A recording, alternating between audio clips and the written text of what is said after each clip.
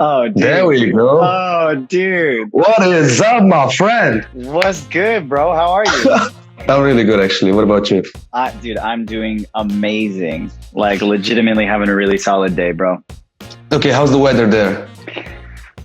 Today's been good. Yesterday was an ice storm a little bit, so everything was frozen by night. Because I'm out in New York right now. I'm not home in Utah, so it's like, Oh, okay. yeah, it's kind of a interesting change up of weather. It's mad cold here, bro. Well, wait, you get a first advantage because right now it's raining like fuck here, so it's a depressing kind of weather. But yeah, it's been snowing. No complaints. Man, it's so good to see you. Dude, likewise. I know that we've been trying to get the vibe in this exchange of conversation like scheduled for so long. So yeah, it's been a long time. Finally lined up. I know we've both been handling so much, and then even when I'm in Utah, obviously there's like I think it's like an 8 or 9 hour difference between the two of us, so it makes it even harder. It is. That's even worse. Yeah. It's midnight, or is it 11 for you right now? It's midnight. It's midnight right now. It's midnight.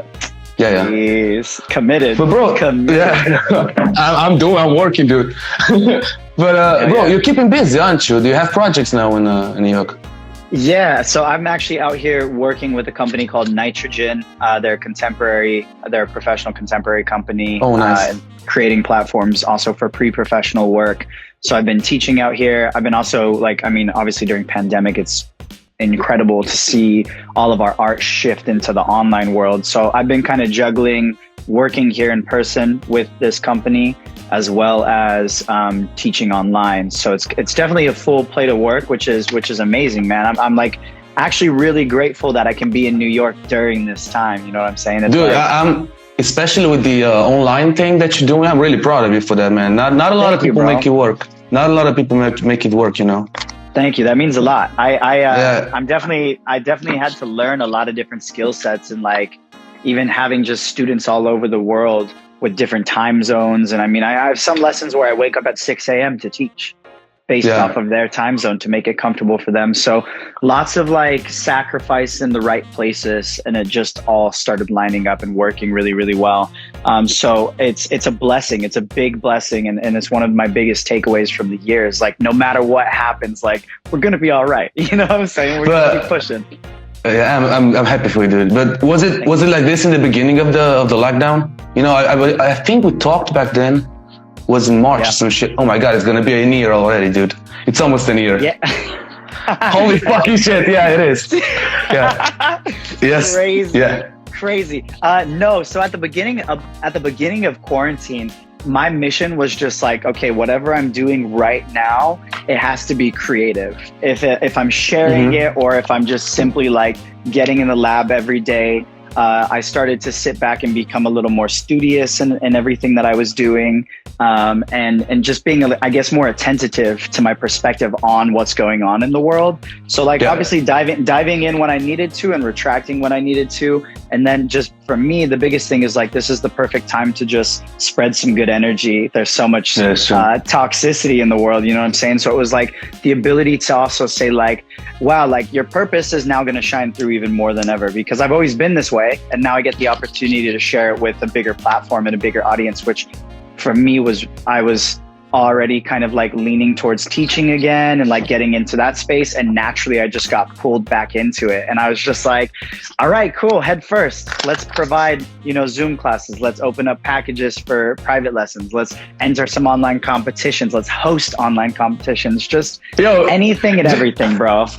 Do you know what I like about you the most, man? You're so fucking positive. At some point, I think you're like an AI or some shit. That's what I got. Like, I was even talking with my brother. Did you see this guy? He's fucking. I believe he's smiling on the toilet. That's what I got. Everything's positive. Do you know what I mean? I try my best, man. It's interesting. How do you do it? How do you do it? Really? Like at a serious point, how do you do that?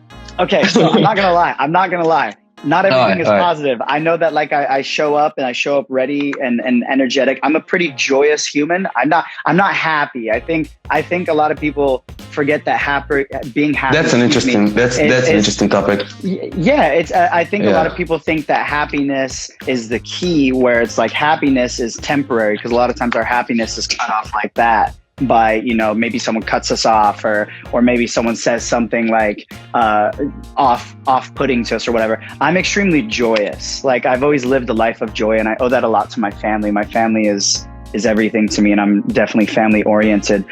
So I carry myself with joy in my life. So I'm always looking for the better. Now, with that being said, that doesn't mean that I neglect the lows or the off energy or whatever it may be, negative energy, because you have to have yin and yang. You have to have balance. Right? Yeah, that's true. So exactly. You'll notice also in a lot of the art that I post on my page, not only is a lot of it very positive and uplifting, and I'm ultimately like just being me in that moment, you'll also notice there's another side of my art where it's more emotionally driven, and you can see that I'm actually translating a lot of the deeper, like darker, like skeletons in my closet sort of pop in my life. So yeah, but I mean, just avoid that. That's what got us into waving, isn't it? If you think about it. Exactly. Yeah, it's that freedom. And it's funny because, like, I don't like saying that dance is therapy, because I think that it's also important, if you need therapy, to go to a real therapist. I think you should definitely check somebody professional. That's true. Absolutely. Right now, however, it is an outlet of expression that allows us to be 100% authentic with what we're doing. So if I'm authentically going through heartbreak, if I'm authentically going through joy, I can encapsulate both of those through my body, which is the biggest blessing that I have in my life, right? And I know you understand this too, because you are a brilliant mover. You know how to tap into these spaces too. So, like, ultimately, like, I just show up every day. I guess that's the easiest way to answer how I'm so positive. I show up for the day, and I try to do my best, and I do my best in that moment every day. And that's, like, for me, that's all that I can do. You know? You're doing great, man. Thank you, bro. You are doing great. I want to come back to that. You said something really interesting there, but we're going to get back to that. You said that dance can be, for each individual, a way of expression of the, you know, on the moment of being. I don't want to really talk always about dance in a particular manner. We're talking life, we're talking art, and of course we get to dance because we're fucking dancers. We can't take, you know, we gotta get there eventually, right? What I wanted to point out, and this is what's interesting to me, the dance that the person chooses to express with, do you know what I mean? Like pure anger, pure love, depression, of course. Like, I don't know, I think you said that, I'm not really sure, but if you did, but for me, for example, waving like literally saved my life. It actually happened. Yeah. So for me, it kind of became an addiction more than an interest. You know what I mean?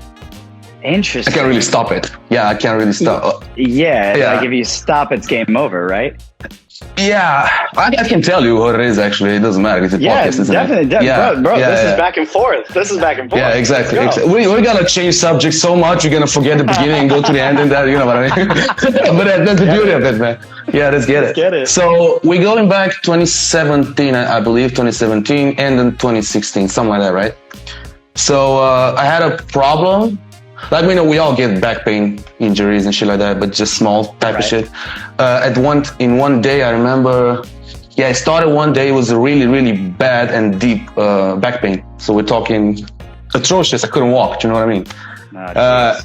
And I was like, okay, I don't know. I fucked up something, you know, maybe the cobra killed me or some shit.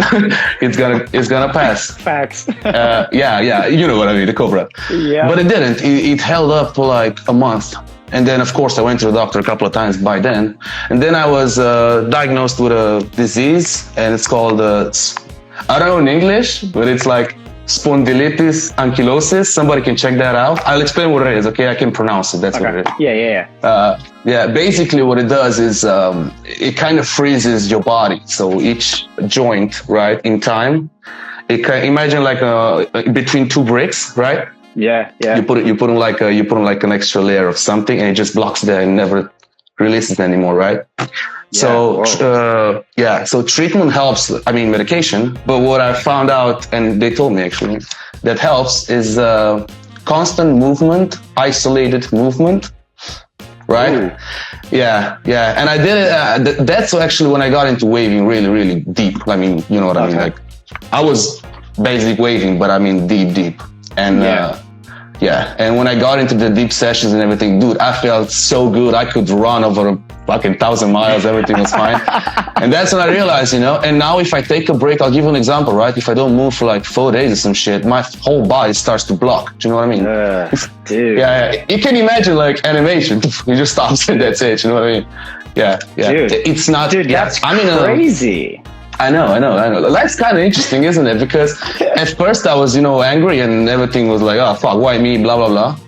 Yeah. But now that, first of all, I know about it really, really early, so it didn't affect me yet. Do you know what I mean? So good. Yeah. I don't have anything, nothing's bad. I found out about it really, really early, so that's good. Yeah. And second of all, I was like, you know, this is like the best possible way to not be a lazy fuck. Like I gotta do it, you know what I mean?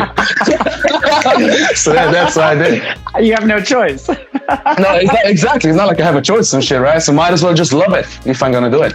Bro, honestly. And what a perfect, like, you have to move through isolations. Yeah, exactly.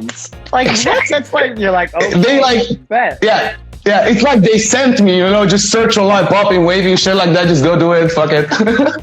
It was the universe just holding you accountable to get in the lab every day. It's like, yo, stop being lazy. So. You're meant to dance. You're meant to dance, so dance. Do it. Yeah. Can you feel that? That's pain, motherfucker. Move it. Yeah, that's what it is. Yo, that's amazing. Cheers to that. Cheers to you, man. I want to get into it a little bit more. What about you? Tell me a little bit about waving. Like, how did you get there? How did you get... First of all, whoa, back it off. How did you start dancing? Man. So I've always, that's a really good question. I've always been sort of around music and around dance my whole childhood. So my mother's side of the family is Puerto Rican. So when we were around her sisters or my aunts, right, a lot of times they'd be dancing, they'd be jamming, they just always have energy going on in the house, no matter what it was. And then on my dad's side of the family, my dad was really into classical jazz and he was a jazz singer. And so being able to be from sort of like a musical kind of culturally diverse family, I was always around it. However, I didn't know what it was. I was just sort of just like the type of baby that would like bob, or, you know, I'd watch performances and I would be really attracted to what was going on, but I never thought I was going to be a dancer. I was always like imitating, but never understanding. And then I got to the point to where when I moved to Utah, we grew up, getting a little ahead of myself. We grew up an Air Force family. So my dad was serving in the Air Force throughout my whole childhood. So we were bouncing around. Every time he got orders, it was like 2 to 4 years we would live in a state and then we'd uproot ourselves into a new state, right? And how long did that go? How long did that went? How long? My dad retired in Utah, which is actually where I picked up dance. So, so he served 37, almost 38 years in the Air Force. So that lifestyle was already like 20 years deep when I was born. And so, I mean, they were just sort of used to it, accustomed to it. Yeah. Big respect to my dad, man. Like, respect, man. Honestly, seriously. He's my hero. But I got to Utah and I started getting exposed to street culture in general. I would stumble across things like sessions or ciphers happening outside, or I went to the Utah Arts Festival, which is still going on right now. Downtown Salt Lake City, which is our capital, there was just sessions outside every Tuesday and Thursday night. And you would see... Oh my God, it's beautiful, dude. Bro, it's perfect. And so we were out downtown kind of exploring the new state that we were living in. My dad got orders to Utah. We moved in. We're like, all right, we want to go like see what's up. And because they're like a musical family already, we were looking for something in that lane, in that vein. So we get to this library downtown Salt Lake City, and we are leaving the area and we stumble across a live session. And the live session was B-boys, B-girls, poppers. Cool. All the good stuff in the pot. And all just the melting pot of everything that I needed in my life, right? And I remember just like my ears perked and I'm like, yo, there's something going on around here. Like, let's go look. So we go around the backside of the library and there's this little pavilion and people are just killing it, bro. And I remember seeing, this was the first time Would you have any idea what year was this? Oh, I was 15, so that was 13 years ago. Basic math, we were in 2006 or 2007, just about. Yeah, so quick maths for you, bro. So stupid ass. But Keep it professional, Jesse boy. Let's go. Quick, Jesse. So what's 10 minus 9? Quick. And bro, Fired. So I get there and I like see some of like the greats of Utah at the time already getting down. I got to see there's a b-boy. He runs the Herc, which is a hip hop like community center here in Utah, or in Utah. I'm not in Utah. His name's B-Boy Text, Josh Perkins. This is where I saw Micah Clark for the first time. This is where I saw Robot Rob for the first time. I heard about him. Robot Rob. Yeah, Robot Rob, super nasty. So like just a bunch of, I mean, I could list my whole community because they were all there, which was dope. So I got an exposure to a bunch of different styles, this melting pot. So you were basically early on in the culture. Yeah. You were exposed to the culture early on, weren't you?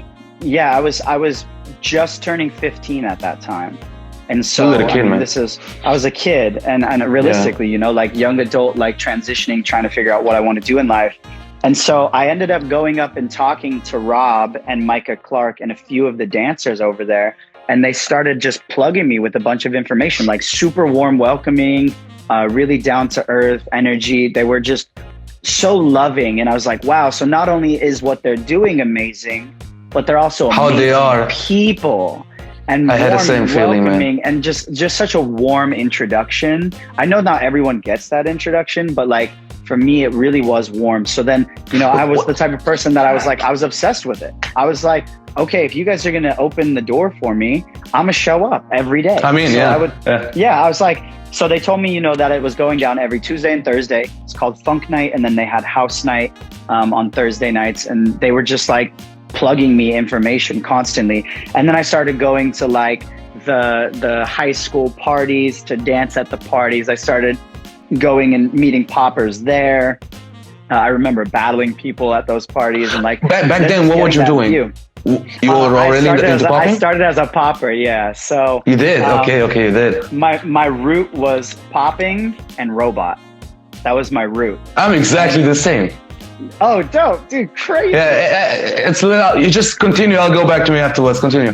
Okay, perfect. We'll circle back. So I got to the point to where I'm like, I'm interested because I'm getting this prime example from like Robot Rob, from Micah Clark. Even there was a dancer, he goes by Tad. Just a bunch of dope poppers were in that cypher. So I was like, I want to do what you guys do. I want to look fake like that. I want to look explosive. I want to look powerful. I want like that electricity. Bro, we're the same person apparently. But that is exactly what I said in the last podcast actually with Alex. I think I want everything to look fake. I want everything to look artificial. You know. Honestly, I was just blown away because, like, granted, like breaking, like definitely.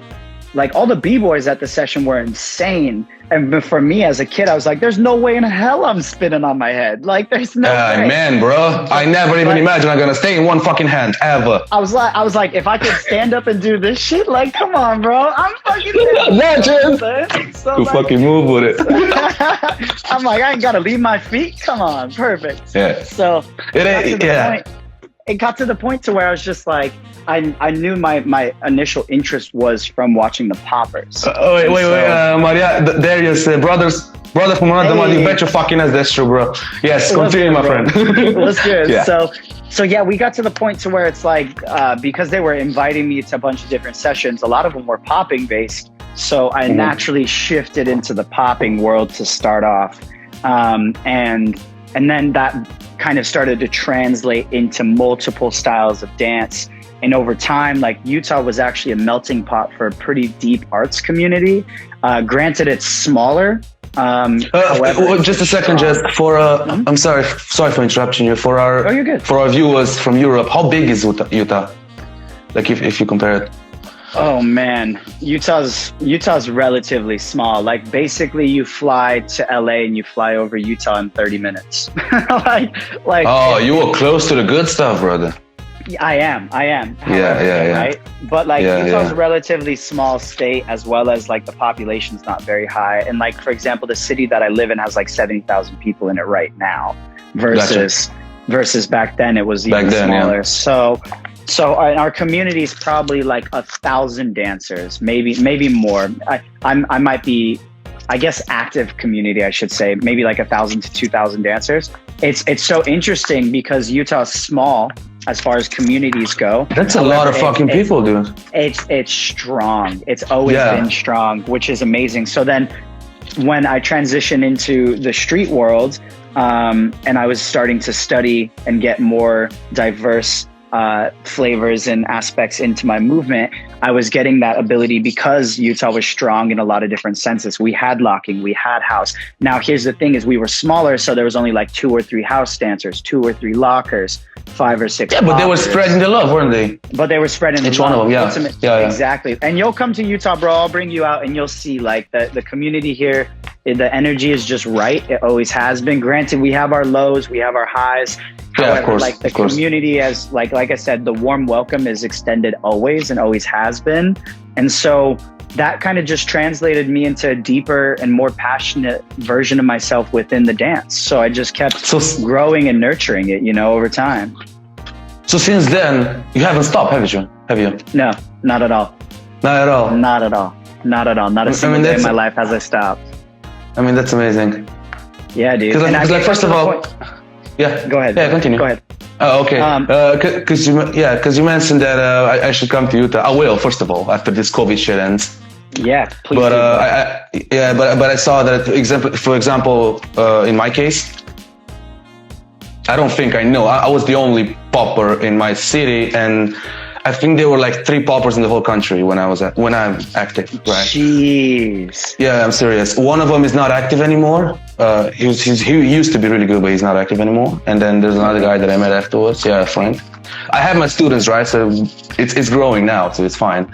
Yeah. But back then it wasn't. So yeah, so that's why I said that you are in the culture. It is so important, especially mentally, to have somebody to share with. I don't give a fuck. Yeah. It can be like, do you know what I mean? It doesn't matter the age, doesn't matter anything. If he's in the same environment, you're doing the same activity, you love the same music, just meet once in a while. It is amazing. Because for me, my only chance was travel across Europe.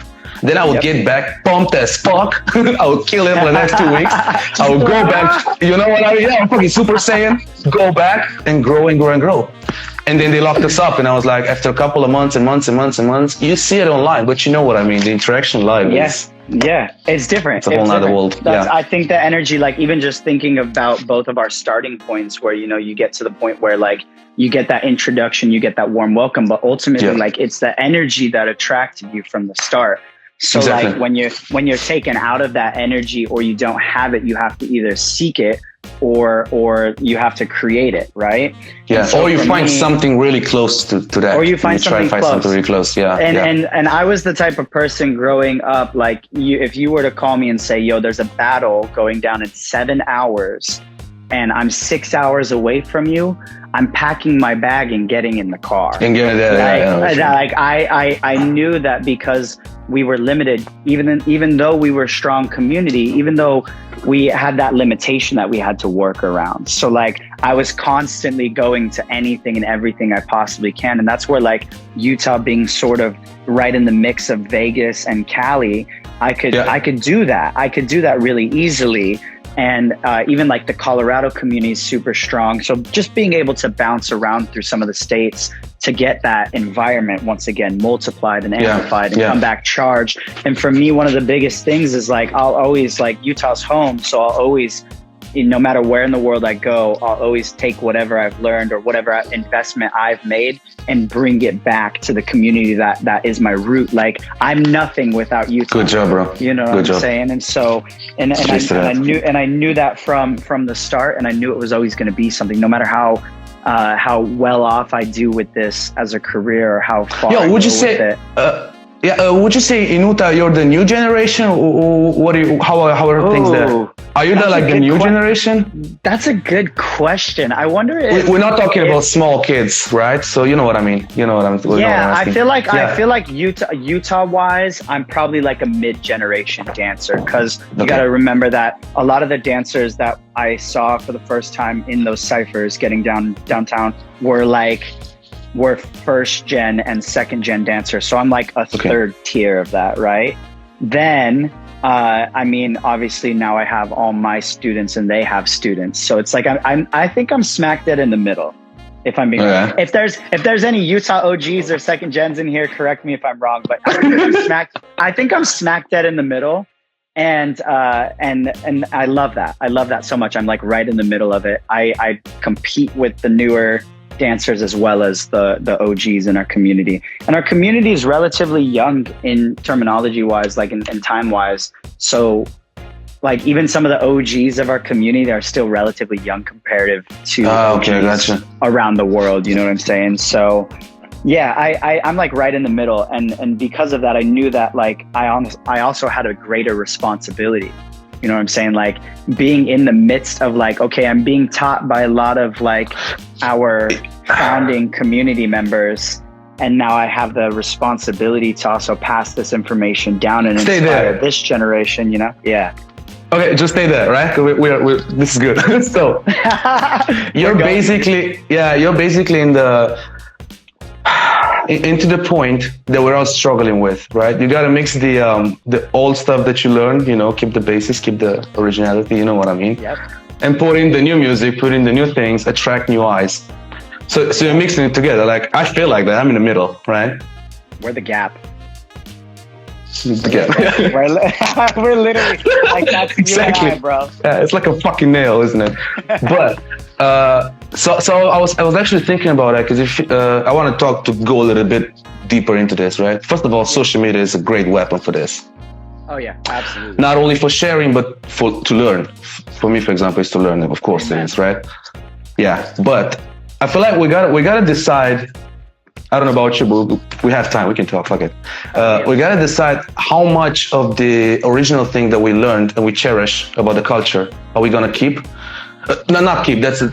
We're gonna keep all of it. Fuck it. Of course, we're gonna keep all of it because we respect it. Right. But how much am I gonna completely show, embodied in myself and in my dance of that? And how much is gonna be stupidly experimental, stupidly new, and I'm just gonna give balls to the walls. Doesn't matter. Let's see what I create, right? So what is your approach on this, on the new thing for yourself? Yeah, how do you take this? I'm interested to hear your approach as well. So let's double back on it. All right. Oh man, this is like my life in a nutshell and everything that I do. So same. Obviously, that's why I'm asking. Obviously, you have to pay homage to your root. We're nothing without our history, without our foundation, without our pioneers, our OGs. Even from our community standpoint, to when they got inspired to their starting, or then that translates all the way to our actual history of hip hop. Like you have to pay homage to that lineage no matter what, right? Now, amen, bro. I'm thinking too, though, this homage is also teaching me about discipline. It's teaching me about consistency, hard work, artistic expression. It's teaching me freedom. It's teaching me I have a place in this world. It's teaching me a lot of valuable things. That is what I focus on. Now, if you want to see me doing Fresnos, bro, you're going to have to go back 10 years on my timeline because I'm not going to do that. I'm not going to do that. So for me, I realized that I've been given this blueprint, this box to work off of. And I love and I cherish this so much. However, I'm going to take the box and unfold it open and flip it and manipulate it into a different shape because my pioneers, my OGs, and just hip hop in general preaches originality and finding your identity within your dance, you know?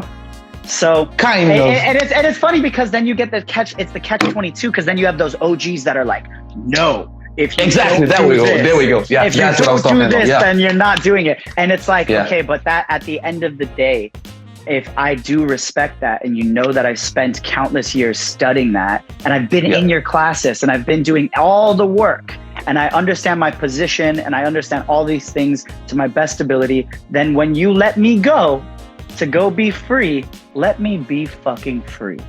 Amen. Don't tell me that I should be able to bloom, let me bloom. Thank you. Yeah, so being able to also understand that this is a catalyst, paying homage to this is a catalyst to the evolution of the dance. You have to recognize where it comes from, spend your time being a student of that to then translate it into your own terms. And that's how you find identity anyway, because you might learn a technique or a style or whatever it may be, but if you don't understand it, you can't even translate it into your own anyway. And that's when you do a disservice to the culture, right? Yeah. So you do have to spend those years cocooning and like of course, from the start absolutely. point. However, I'm a free spirit. I understand that the uphill battle is more rewarding than going with the school of fish, right? And so I have always adapted in all of my practices, whether it be playing sports growing up or now dance as my professional career, that I'm going to be the difference no matter what. So whatever setting calls for me to show up a certain way, I'm going to challenge that. Whatever classroom structure you think I'm going to teach, I'm going to flip it on its head. I'm going to constantly oppose. But you're doing it for yourself, aren't you? Exactly. Yeah. At the end of the day, it's exactly. Because one thing here you said about changing everything an OG tells you, right? And about blooming, as we talked. There's one key thing here that I feel like people don't speak about, because you heard about this before, right? Changing it, put your imagination, put your flavor, blah blah blah. You see in workshops, and you see kids looking at the teacher, they're like, "The fuck's the guy talking about?" You know? Yeah. You know? And the kids are right. Actually, we never think about it. They're right, because what it needs to be taught is how to actually have the courage to think that much, right? Yes. We put in fucking boxes. This is a box? It's a box. Yeah. We put in boxes. We're staying in boxes. Fucking, I don't know what a box is. We're staying in these really fucked up boxes. I'm actually speaking from experience here. That's how I feel it, right? Yeah. And you have your ideas. You have this, oh my God, I could actually do that. But at one point, before even trying it, you're like, but that's not really, I don't know, that's not really a pop, right? It's not right. It's not really that. Yeah, exactly. And that's Cora actually said, look, freedom and respect. Yeah, amen. Big respect, by the way. Respect back. Yeah, it's true. But to actually achieve freedom, right? You actually have to reach that point. I talked with Alex too, and I actually talked this a lot with Inox. You know Inox, right? Yeah, of course. Mm-hmm. Yeah. I talked with him a lot about this, because that guy has I want to give a shout out to him. That's the first time I actually saw it live. I think he has a syndrome of not giving an actual fuck about anything on the planet. I have never seen something like, I mean, to be, right, at my level, I'm not giving a certain fuck. Yeah. So I mean, I'm trying to explain this, right? So at my level, I'm not giving a certain fuck. Maybe at your level, a little bit more of certain fucks. That man can walk naked on a fucking mountain with his, I don't know, he can do whatever the fuck, he can give it, you know what I mean? And we talked about this. It is true. And we talked about this. If you think about it, that's the talent that you want to have as a dancer. Oh my God, you need to be talented. That's it, man. In my eyes, that's the talent. You gotta be fucking Bruce Lee of everything. Exactly. And it comes down to then at that point, obviously, if you have that respect for that, you create your freedom, then obviously what you're bringing to the table is authenticity, which is ultimately what we're looking for anyway. We want you to show up as you. You want to show up as yourself in the space always. In anything in life, right? You want to be able to show up unapologetically and authentically you. So that way there is that original idea, there is that original flow, that is the original perspective, there is the original challenging of that. And so ultimately, like, because I know in life that I'm not going to just jump off a bridge because my OGs told me to. I'm not going to listen to that at some point. I understand. There are people that are going to do it. Exactly. And as a teacher, I definitely make sure that I'm honest and respectful about these topics, right? If I'm educating the youth, I teach them from the starting point of where I learned. Which is the actual history. Now, then once it gets to the point where I see they understand, they've put in a few years of work, they've done the studying, the traveling, they go and seek it.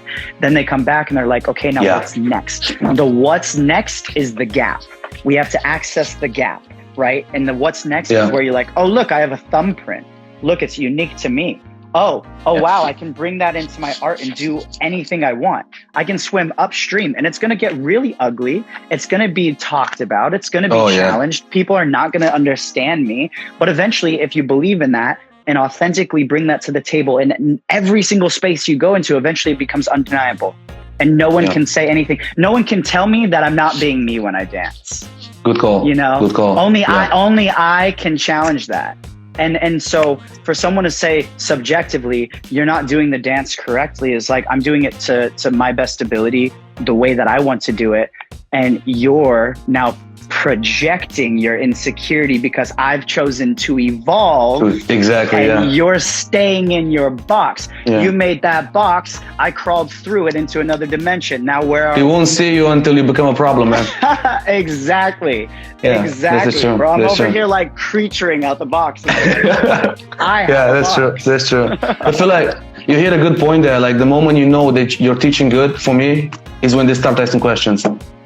Yes. Yeah, that's the moment that actually, they're not going to be a lot of them, doesn't matter because it's an interest and it's actually a niche. So you got to respect that, right? Maybe somebody's going to draw somebody. Yeah, it's a small niche, but that's the moment you're actually doing it. Yeah, you're doing it good. You make them question their reality. They know. That's what, and in a way, like for me, one of the biggest things that I've noticed is asking questions is a phenomenal tool to obviously advance your understanding, but also being okay with not having an answer is an even greater way to understand something. Because I hate that from the top of my fucking lungs. So listen, you ask the question with no expectation, you get a different answer than you expected, right? Or like you don't even have any answer in mind, and so then you just wander. And then when you wonder, like, you're like, oh, okay, cool. Well, now I landed down this rabbit hole that's now translating everything differently for me.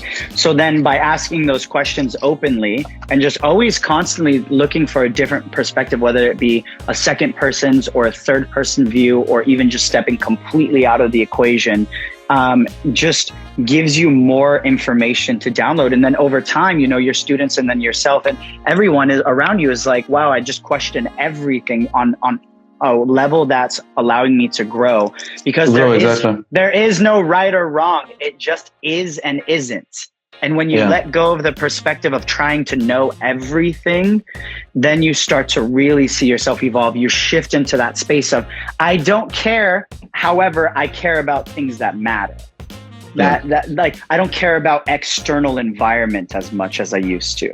Now I care more about internal environment, right? Yeah. About yourself, yeah, that's true. But it takes a little bit of while. It takes a little bit of time to get there. And I feel like I'm actually trying to. I'm trying to develop. I'm always trying. Okay, so first of all, I'm always trying to develop methods of teaching things easier, right? I feel like that should be our job, right? So that is one thing that I want to know perfectly how to teach. Like I'm gonna get a kid, right, and work on his self-confidence. I feel like that's crucial. The most beautiful thing you can see is a, I don't know, 15-year-old kid. He's been dancing for a month, and dude, he's killing it, because he doesn't realize that's not enough. If it is enough, but you know what I mean. You know what I mean, right? Yeah. And he's been dancing for a month. He's fucking this. He could beat me the fuck up, you know, because he's come with that attitude, right? Mm-hmm. Yeah, I feel like we should actually embody that in ourselves. It's hard for myself. It's hard for everybody. I mean, you have those times. Yeah, you have those times. Well, what happens is through conditioning over time, we let too much structure actually rule and govern our world. And it's funny self-expectation kills us all. Exactly. And one of the craziest things is like, we talk about the inner child often and letting that come out to play. We need to get back to that. Yeah, dude. Well, even just segueing straight to it. The whole adult structure is key, right? To have a successful life, to be prepared, to have goals, to dive in head first and all that. However, you have to enjoy it. So you have to let the inner child wobble, right? You have to let the inner child create. You have to make life a sandbox. You know, when you were sitting out there as a kid and you're just like, wow, I can create anything out here. Like, I'm in my own world. I got my army set up over here. I got the crab over here. He's coming down to eat the soldiers, but the soldiers have plasma cannons. And you're like, why can't I let myself think that as I create? Why can't I see that as I look around my own world? Why can't I open up my perspective and continue to let that play come to the forefront and bring more creativity to fruition just based on the way that I view the world. So now obviously that's a more mature mentality and something you have to develop over time. I know nothing. You know what I'm saying? I'm just getting started. Join the club, bro. Really letting the play come into my process. It's only been a few years where I've been in this state of mind. So like for me, it's really rinse and repeat. I go through it and then I repeat it, and I go through and I repeat it, because I'm trying to learn so that way I can unlearn a lot of my childhood trauma and a lot of the shit that I've gone through, or the conditioning, or the do's and the don'ts. I have to address that more than anything in my life now in order to play more. But yeah, ultimately, I'm just trying to let life be a sandbox, bro. Yeah, like but gotta let the child play. Yeah, you hit a great point there about a childhood trauma, but I don't want to go deep into the trauma discussion right now. What I want to go actually is in the way of different cultures raise their children. I feel like, and you'll see where I'm going with this.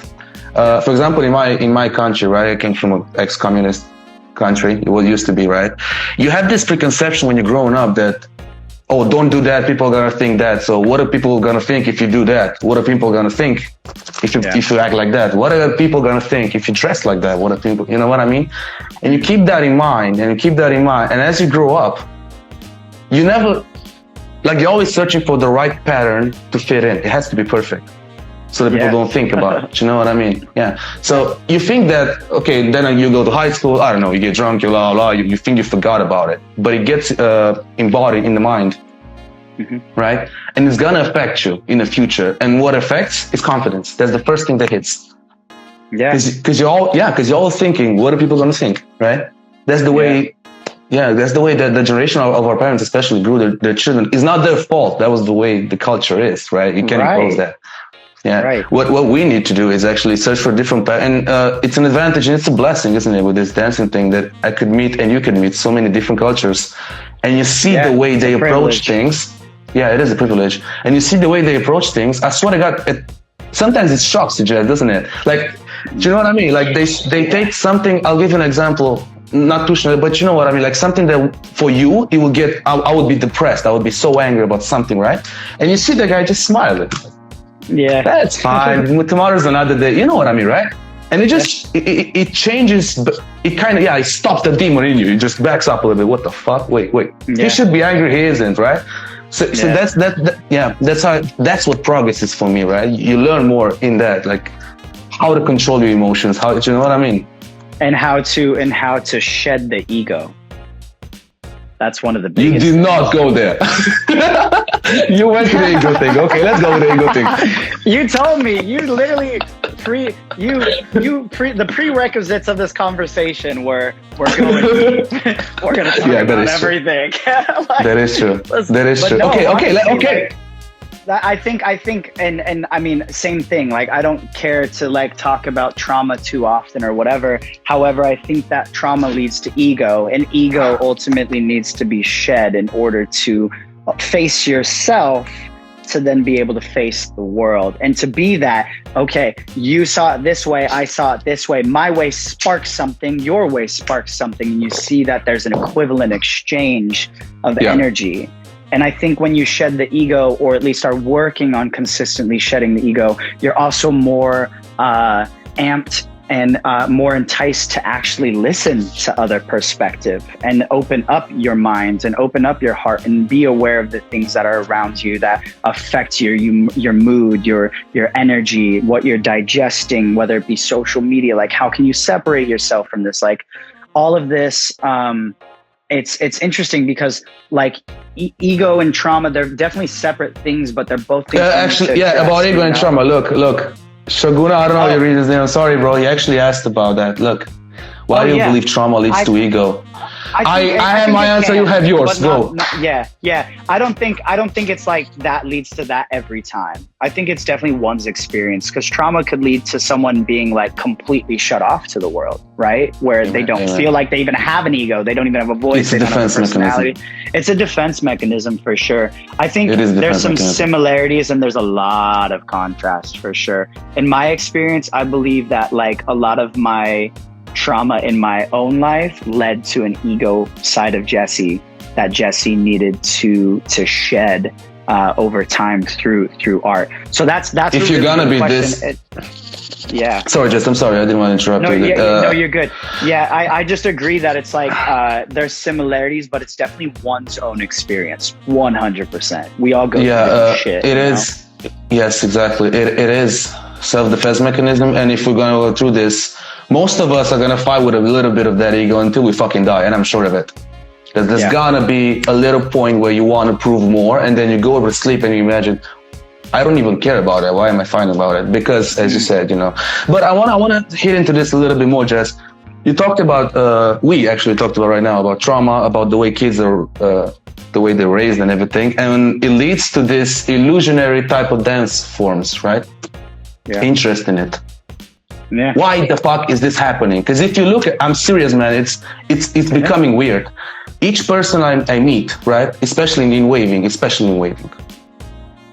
we're like programmed in the same fucking environment, if you think about it, right? If you bring me, yourself, and everybody else, we're similar in so many ways, and coming from so many different cultures, right? And it's not, of course, it's not a coincidence, because it has to be something, with the fascination of waving itself as a style, right? So my idea was, right, and you're gonna find me up on this a little bit, okay? Okay. We talked about, I talked with Alex a little bit about the fascination of first interaction with waving, right? So I had students that saw me liquid and they actually cried. I cried on waving. I'm gonna say it, doesn't matter. I did. Same. There we go.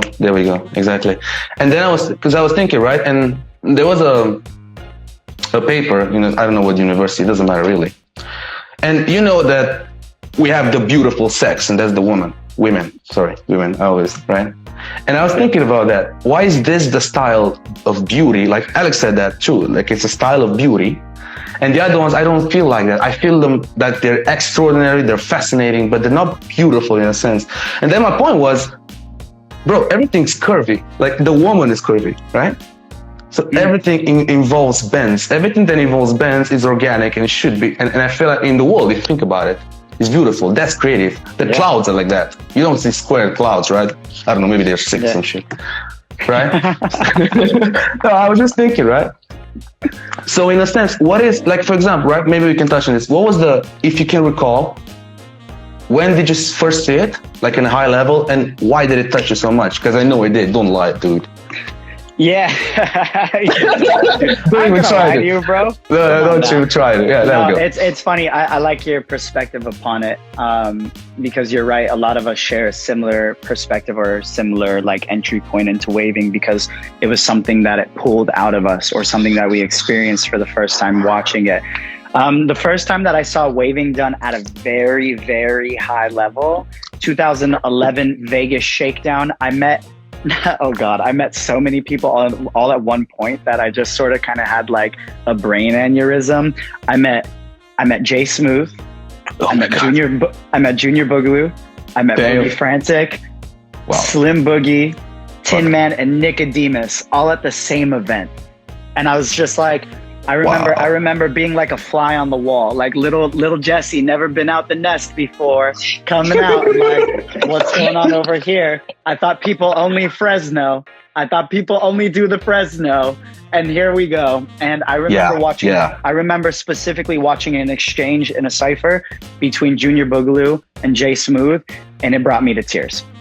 And I'm literally standing in a venue with a bunch of grown-ass adults crying in the middle of a cypher. And I was like, wow, I know. What just happened? And what the most interesting thing about it was, not only what they were doing was fascinating, and it felt moving on an emotional side, but they literally took the music that I was listening to, which at the time it was like D&B and some funk being played at this event and everything. And it was like, 2011, didn't you? Yeah, say that again. You said 2011. 2011, yeah. That was dubstep too back then, bro. Exactly, dubstep. We had just all of it, right, being played at this event. And I just remember the way that they took the music and flipped it on its head created such an impact in my life. To be able to say, like, you just took something that felt funky and made it round instead of sharp. You just took, you went through it instead of stopping. and it was such a mind-blowing moment. And then on top of that, the movement itself to then look unreal, like water though, specifically like water, having that tangible, that elemental connection to something as well. Because I mean, we're mostly made up of water. The surface of the earth is mostly made up of water. And so it's like, it just all, I mean, even the clouds, what we were talking about, water. All of this is like, it just hit me all at once. And I really was just like, whatever they just did, that's the direction I want to do. Yeah, I want to go there, and I don't care what it takes. And then I started to imagine, like, wow, what if we were able to see? What if I was privileged enough to see them do that same style to something smooth and melodic? I'm sure I would even cry even more. I just cried to them getting down to a funk track and them changing the perspective upon it. Perspective of it, yeah, I know. And so I just knew that the style was limitless at that moment too. I was like, whatever they just did, they tapped into the matrix. There's something different going on here right now in this moment, to where I literally felt the whole energy of the room shift. And it didn't shift linear. It shifted like off and then forward and down. And I was like, everything feels odd. Like the fact that they just took the whole energy of the room and grasped it and was like, this is what we do. And because it was an exchange between them where they went round for round for round for round. And I'm just watching the whole time, and I just slowly start welling up and tears just start coming down. I know what you mean. That was the day that I was born. Like, to be honest, that's what I felt like. I was like, wow, this is actually what I want to do in life. Yeah, if I'm not gonna do that, I'm gonna be empty inside. Yeah, I know what you mean. Exactly. But exactly. I met most of the people you're talking about. I never met Tin Man. I know he's making music, and I've seen him online, I believe, but I never met him, so I don't know about him. But the rest of them I do. And there was a lot of. That's why I kept it on this route, to be honest with you. There's one thing in my mind that actually maybe makes sense to you as well. You don't have to do that much to look a lot, right? So if you know what I mean? So it's not like all of these people, right? They're not jumping around like, I don't know, Kite, for example, right? Jumping knees and flying and blah, blah. Yeah. Because I feel like you lose so much if you do that, right? Mm-hmm. So that's why I went into the details department, like a society of details, let's call it, right? Yeah, like, that's like society of detail, like everything small, everything detail, right? But that's, if you think about it, that's animation too. That's popping can be like that. Maybe, I don't know. You can even go G style if you put it on the right track, I believe, to be small in detail. That's what I mean. But waving not. Waving is not really interesting, because in waving you're mimicking elements, aren't you? I mean, yeah. So my theory, I don't know if it's mine, but let's say, is that waving basically is animation with elements, not characters. That's it. Yeah, because I mean, I guess your character is determined by you in waving, so it's not like you're basing it off of a character like how animation is. I don't know. It's funny. It's funny because I know what you mean. We're going off of an element, so we have different approaches, right? You have the technicians, which just learn the technique and apply it and do it through their body, whatever. And they understand the structural composition and what actually happens in their body. And then you have the artist side where it's like, well, we're actually embodying this element, which is water. It comes in X, Y, and Z form. We visually can see it here, here, here, and here. It has these effects on us. It has these effects on the environment. And then you start to study it, right? So for me, that's not a character. That's just, it is what it is, like you said. It's not. What I meant by that. What I meant by that is that I'll give you an example in animation. If I'm trying, for example, I have like a crazy robot, like a gray, green type of thing, doesn't matter, but it has its own properties, it has its own size, and it has its own way of movement and its target, like what it has to do. Right? So if that's how I made it easier for me, because when I want to gather muscle memory, that's what it is. When I'm dancing, of course, it's induced, doesn't matter. But if I want to get a muscle memory, that's how I'm creating. I'm imagining, like for example, plasma, right?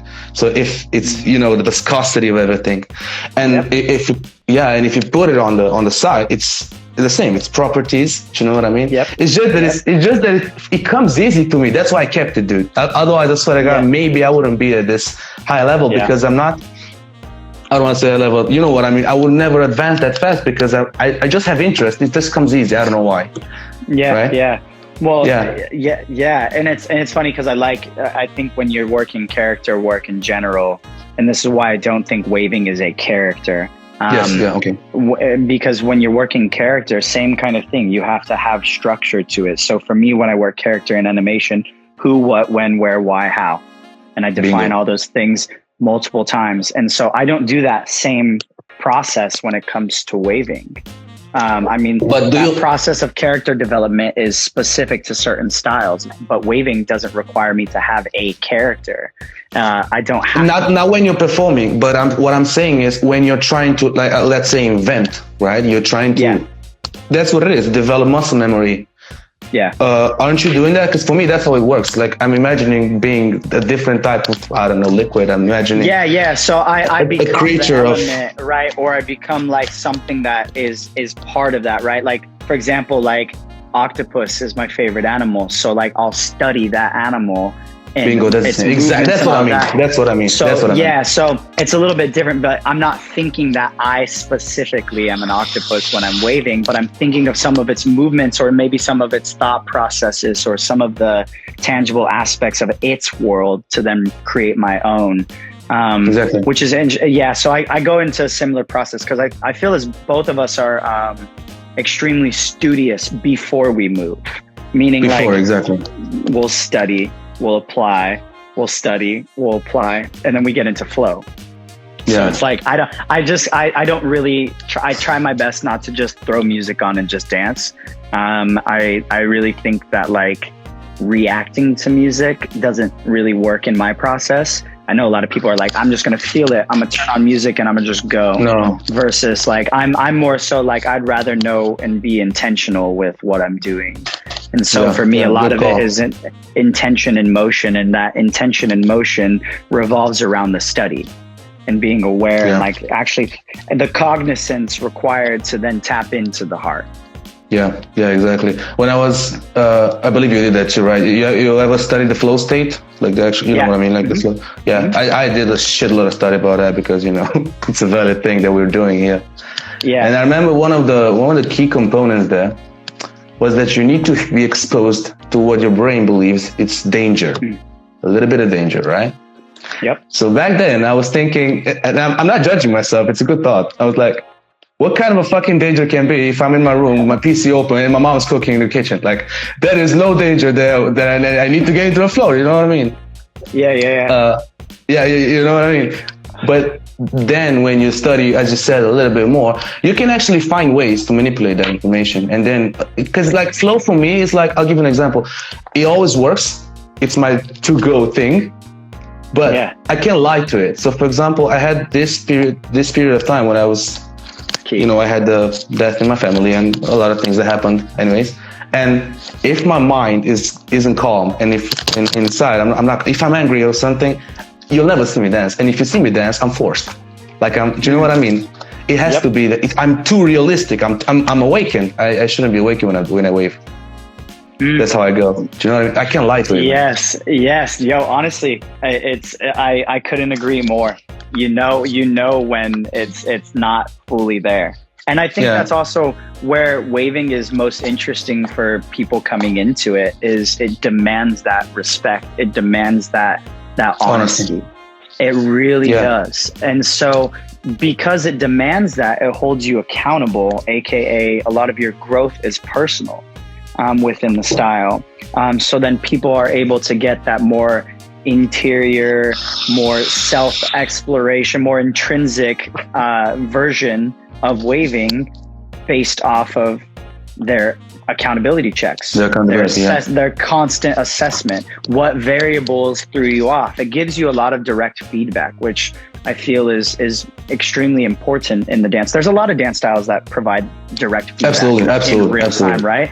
Like I also think like energetically, I also think of crump at the same time. So it's like crump, if you're not buck, you're not buck. Like there's no way around it. You know, you can fake the funk in some styles and get away with it and but people like those that really know are going to know. But also there's styles that like you can't fake the funk from yourself. you know, and waving is one of those ones where you get held accountable extremely quickly.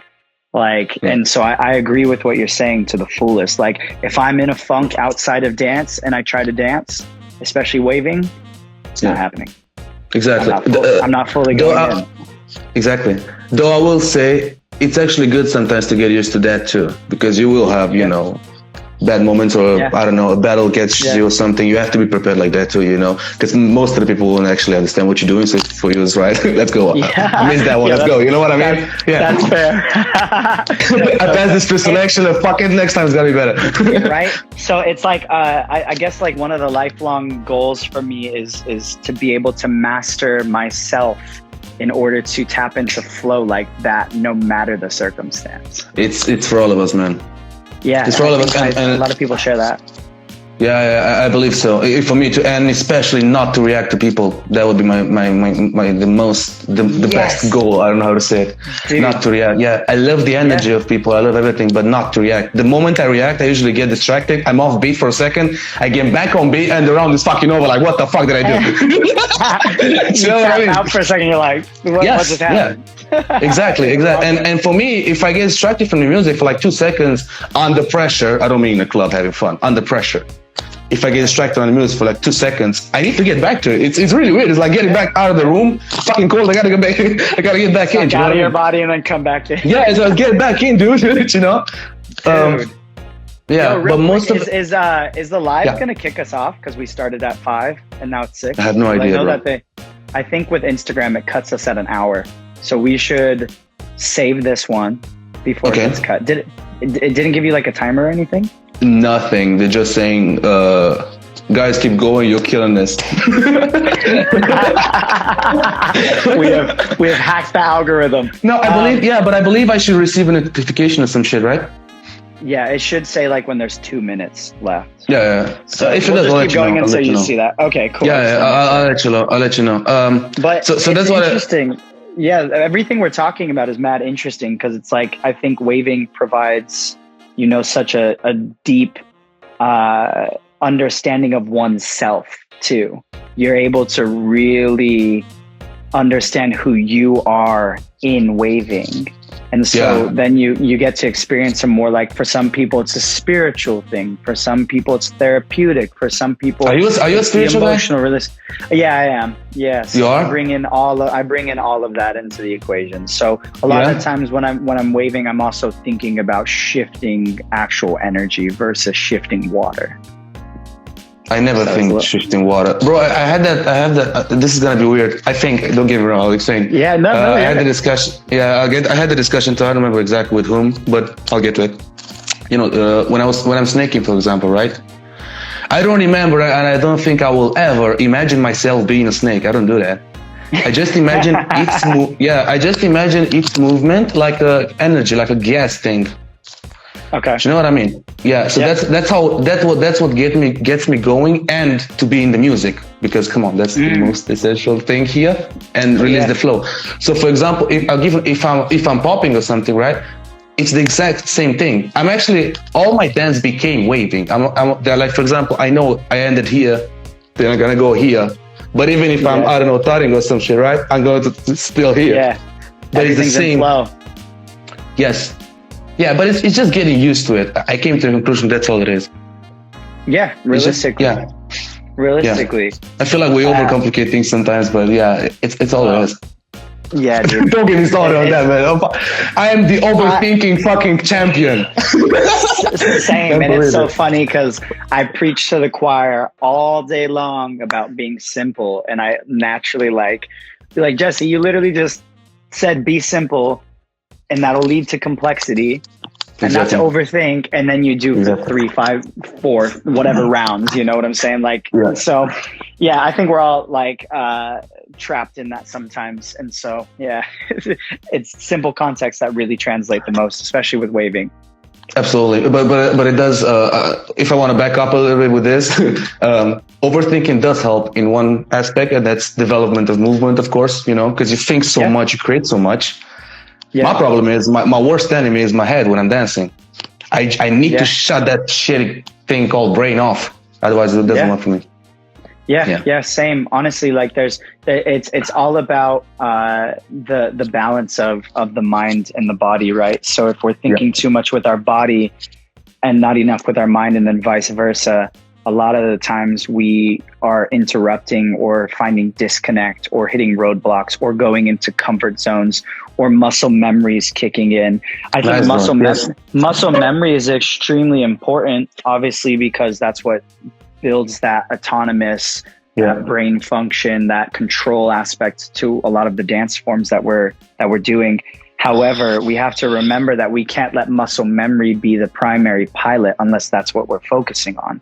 If we're focusing on creativity and finding new pathways and traversing a new flow, then we have to be malleable. And so we have to sometimes let go of that memory and unlearn in the moment, which is the hardest thing to do. Unlearn in the moment. Nicely said, bro. Nicely said. Sometimes we have to backtrack to then move forward. I know what you mean. And being able to like understand that even if we step back, that it's not, if it's with intention, that it's going to eventually propel us. It's like the slingshot, like we lean into the slingshot to then be propelled forward. We have to sometimes remember that we have to lean, because if I just stand still and the slingshot is not pulled taut, then I'm not moving at all. You know what I'm saying? Exactly. So we have to have both. Sure. We have to have both. That's the hardest thing in dance. That's the hardest thing. That is valid. Yeah. Nevertheless, I would. Yeah, that's valid. Nevertheless, sometimes it's good to stay in one spot. That's true for a period of time. It happened to me too. You know, a couple of months. Something I didn't actually create something, but you're still growing. You just didn't know it, right? It always happens. Yeah. You're not creating like that, but you're still. Isn't it crazy as crazy complex individuals, like both of us are very brainiac, we're very neurologically driven and everything. Isn't it so funny how we look at rest as not part of the process, as we separate that from the process, and it's like I need to be all output. I need to put out movement, I need to put out like study, I need to put out X, Y, and Z, right? All these factors, all these variables. Yet we don't understand that the input is also part of that output. So being able to like rest or to take that step back or to be more patient, be more gentle and kind in our process to ourselves, like those sorts of things. And also being able to like let go of expectation and all that actually comes in the rest. That doesn't come in a lot of that output. Yeah. The input is just as important, you know? Yeah. I think I'm pretty sure I have a disease. It's called the fucking workaholic, not sleeping bastard. I've heard of that disease before. I'm pretty sure you did, isn't it? It's not really that rare, but I heard, you can live with it. It doesn't matter. But I actually have that a lot. And actually, my girlfriend and my brother, they helped me calm the fuck down, because you need sometimes. You know what I mean? Yeah. I was skipping enough sleep. Yeah. I was skipping enough sleep. I was skipping on it. I wasn't eating right. I wasn't, you know what I mean, partying and shit, because that's what we do. Mm-hmm. But the other part is I was overthinking things so much that at one point you doubt yourself, and that's what happens. Like it begins, it's this. I learned this now. Good. Now then I developed it into something more cool. But then I'm overthinking so much that I don't trust it anymore, and it's gone. That's it. It's out. Right. Yeah. And I feel like in any domain, whatever the person is, any domain whatsoever, dude, if at one point in your life you felt that this is right, it is. Stop. That's it. It's right. It's good. That's it. Yeah. And I think like also even just doubling back to the whole idea of rest and slowing down. And we need to talk a little bit about this, Jess. I want to help people with that. Yeah, I know it's functional for people. This it's extremely important across the board. Yeah, dance is still rest, dude. In all avenues. Yeah, dance is still rest. You know what I'm saying? But it's like at the same time, it's like being able to slow down in general allows us to actually become more thorough with our approach. Whether that be how I go about going through my 9-to-5 job, or what I need to study on for school, for my university, or my artistic outlook, or my soccer game that I have. Being able to step back allows us now to actually get into the brain, out of the body, so that way I can also digest. But also, a master pictures himself vividly in the scenario before the scenario has unfolded. So that way, when you get to the point to where I talked about this yesterday. Fucked off. Beautiful. Go with it. so being also able to say like, okay, I've been here before, which circles back to what we were talking about reacting to. If I've been here before, if I take that 10 minutes to find my peace in my morning, and then I know I'm going to get on the road and someone's going to cut me off. I know someone's going to run that light. I know I'm going to run into this roadblock during the day, X, Y, and Z factor. There's going to be variables, but I've been there and I've prepared myself for it. Now I can actually practice whatever, if you're into stoicism, or if you're just worried about keeping your composure in general, then you start to live more unbothered, but also you live more vividly, because now you're like, okay, if I know that I need to perform on this stage tonight, I'm going to meditate on that. I'm going to take my step back to step in, to then when I get there to tap out. It's that simple. It's part of our process. Yeah, dude, biggest thing for me is, especially when I know that I'm going to be exerting or outputting a large frequency of energy, the remainder, or I guess the pre to that, I guess you could say, like, that expenditure of energy, the pre is all about stabilizing for that moment and seeing myself in that moment, the setup. So that way in post, if I have any reserved energy, I can now reflect on it as well.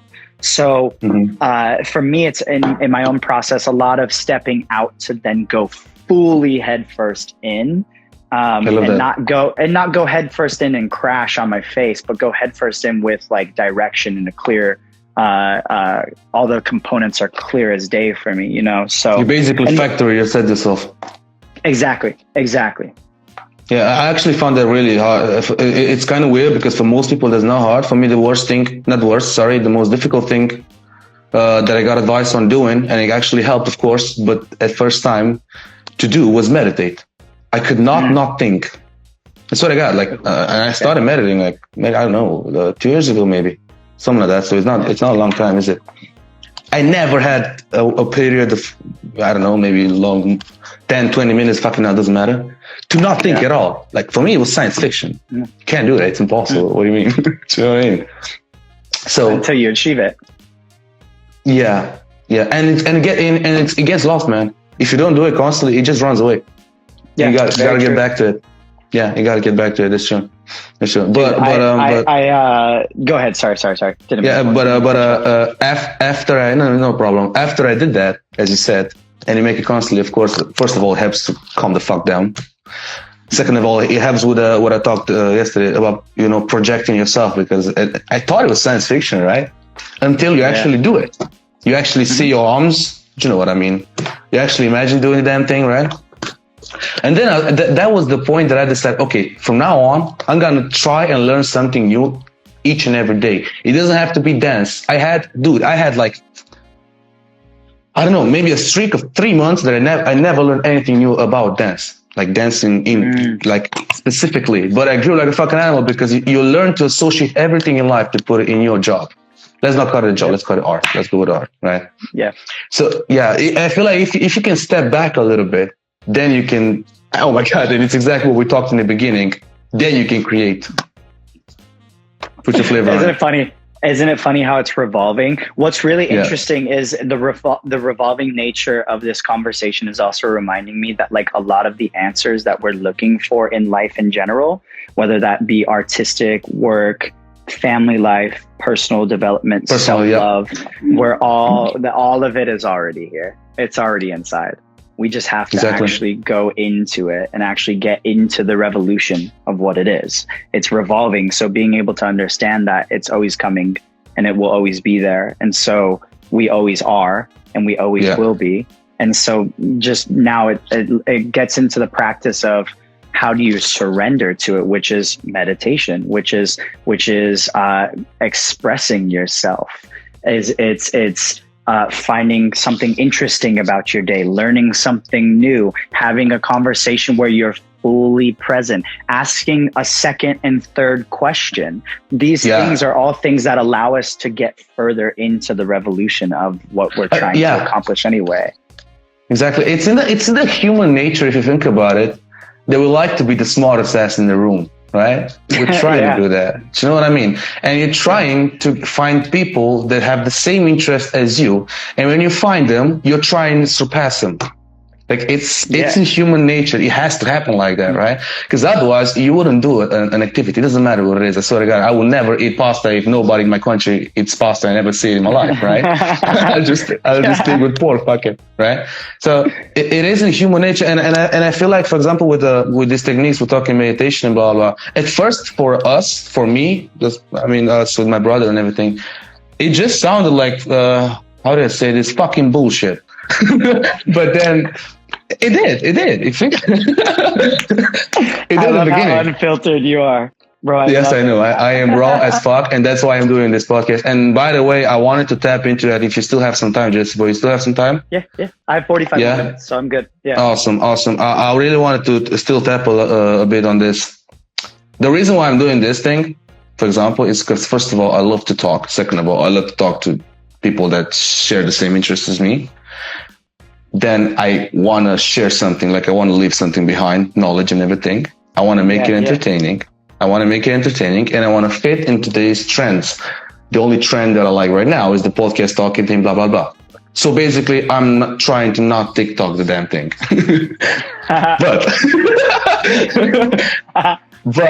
but it doesn't mean it's a bad thing. What I want to tap into with you is this. Waving is the slowest damn thing you've seen. Like it's an old movie that develops slow. You need to be patient, right? In today's trend, they say don't wave basically because you cannot be, you can't be patient, man. You're just swiping around, right? It's got to be fast. Yeah. How do we do that? What is the main 10 seconds of a waver that we need to show to the world? Wait, you said what is the main 10 seconds of waving? Yeah, exactly. How do you find that golden 10 seconds? Got you. So we live in this like instant gratification world is what you're talking about. The attention spans of many are shrinking, hence why TikTok, even these Instagram reels, they hit so much harder because it's 15 to 30 seconds. It's quick. It's easy to digest. People are busy, man. People are busy. You don't have to actually sit on it. You can swipe right to the next one. You can fit a couple in a minute, right? And it's not wasting time, right? Now, for me, if I want to give a portion of waving in 10 to 15 seconds, the moment that I would like someone to view is the moment where I'm slowly, now I've taken that first 5 seconds to ground myself, close my eyes, to give in, to like relax my frame. The next 5 to 15 seconds are the most important because that's where I start. And where I start is the most important part because I'm now introducing myself.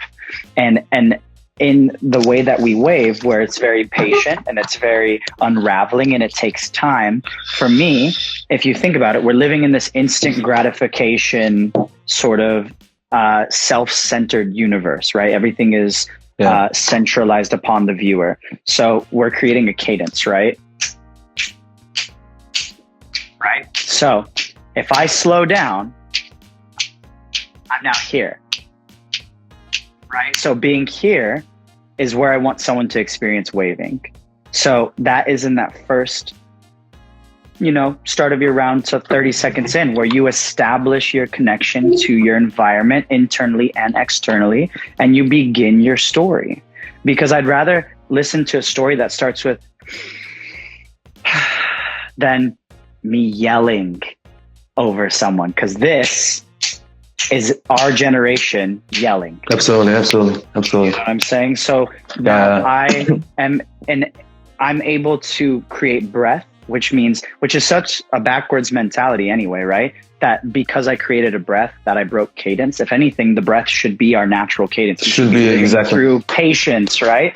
Now, I'd rather, instead of me trying to grab their attention with me spamming a bunch of different pathways and tracing and all this shit, you know what I'm saying? I'd rather be like, hey, look at me just raise my hands. And as I raise it, look at me slowly encapsulate water. And let me grab this. And then you're wanting more at this point. Boom, I got your attention. It's all about the intention of breaking that cadence and how in it we are from the start. So I'd rather give the start of my round to someone if they're looking for waving, you know? It's basically how do you manage to generate curiosity? That's what it is. You gotta make the viewer curious. And that's the thing, is because the breath is now the curiosity, because everyone's so used to this cadence. They're in this rhythm of this 15-second world. So being able to, the curiosity is going to spike when they see something different. And right now, where we're at currently in the world, the difference is the breath. Everyone's looking for the breath. They just don't know. They're trying to chill. Everybody's trying to chill. You're right. You're right about it. And I feel like it's gonna be a shift in all this, man. If you think about it, from generation to generation, these things change like this. The music changes like this too. Yeah. He said, "I'm known as Salt Lake Jesus," by the way, just so you know. Well, only creates the water. He also walks on the damn thing. That's true. But yeah, I feel and people appreciate it. You're doing a great job with it.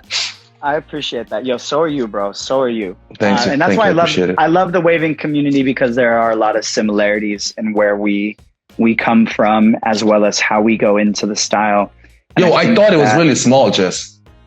I thought it was small too until we started. I mean, this year, granted, there's been a lot of cons, right? There is a ton of pros to this year as well. There's so many artistic connections being created, and realistically, art saved the world this year.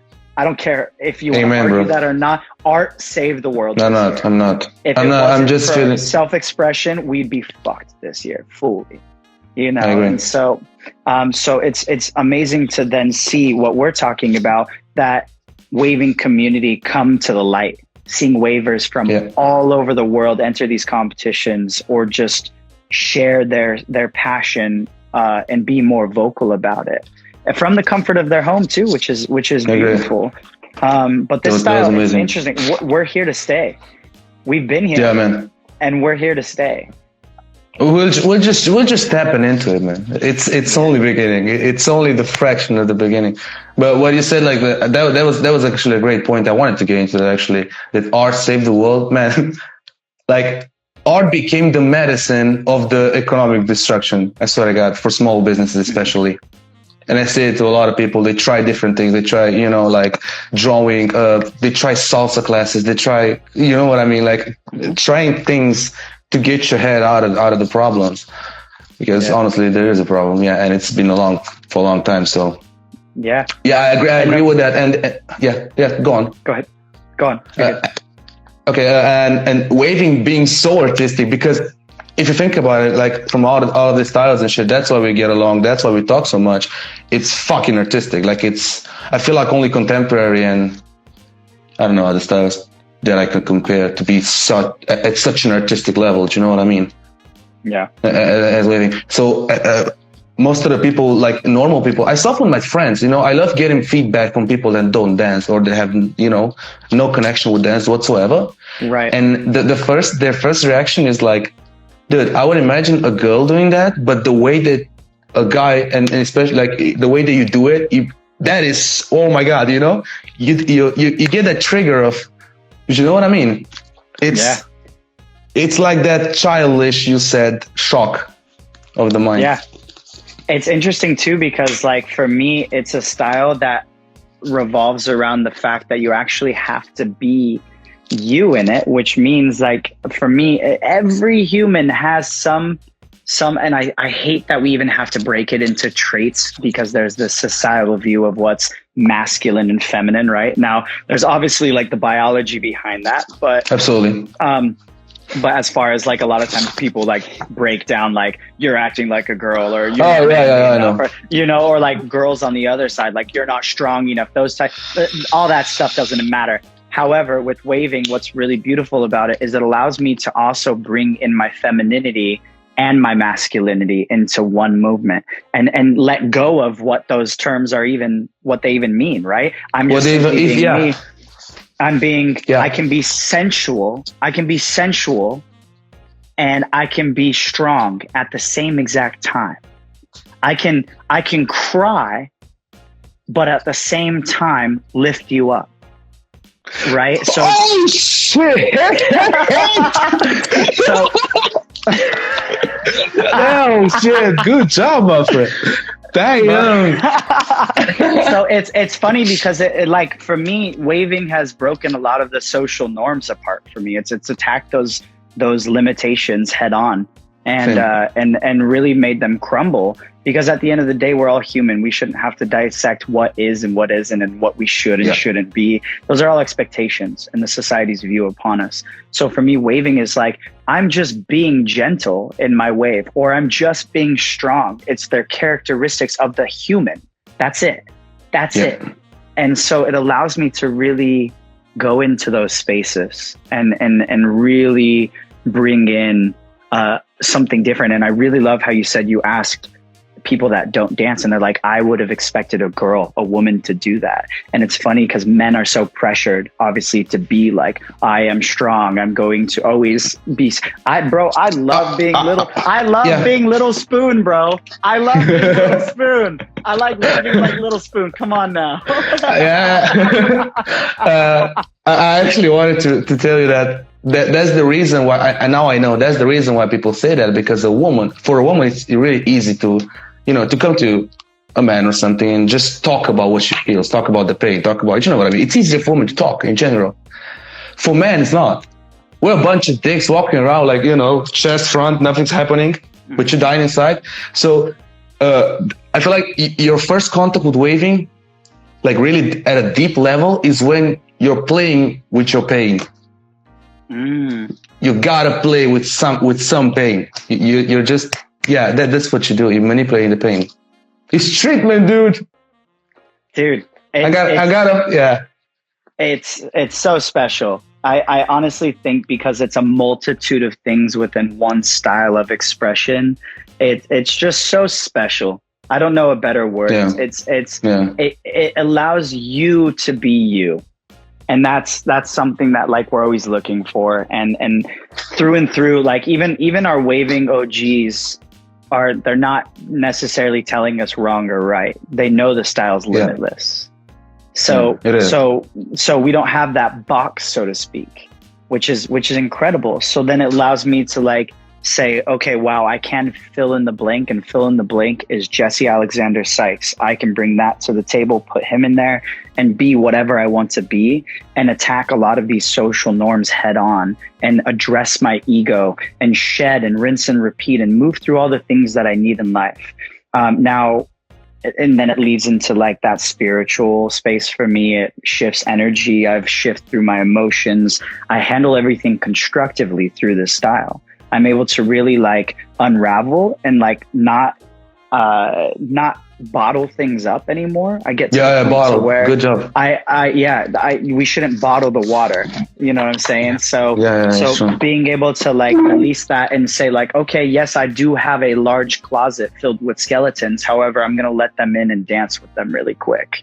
I find that freedom the most in waving. Out of all the styles of dance that I do or that I've seen, I dance with my skeletons the most while I wave. And in order to do that, or I guess like by providing that space for me to really like converse with those things, it's allowed me to find my identity more than ever. And to like really, I don't have concrete foundation within that. I have steel foundation. It's the strongest that it's ever been. Yes, I agree. At a center level, dancing in general should be like this. Art in general, should be like this in general. And by art, I even mean maths, and I mean I know a lot of people that do a lot like completely different domains, and they describe me those things like, because at the end of the day, it's your passion. It's something you put work on. You put time on it unconditionally. It should make you feel like that. I should come after I'm driving my car. I should come back like more rested than I go. Right? Absolutely. It should work like that. My boy Metal. I don't know if you know Metal. He said your other twin. He said we're. Oh yeah. Hi, bro. Yeah. I know him from Summer Dance, man. Metal's Palace plug. Go to his website right now. Yeah, Bro. By the way, everybody that's watching, check his YouTube channel. The guy's crazy as fuck. Like, oh my god, his videos are fucking lunacy. I bought this shirt and I've never taken it off since I put it on. Let's just put I need one of those. I'm gonna get one of those.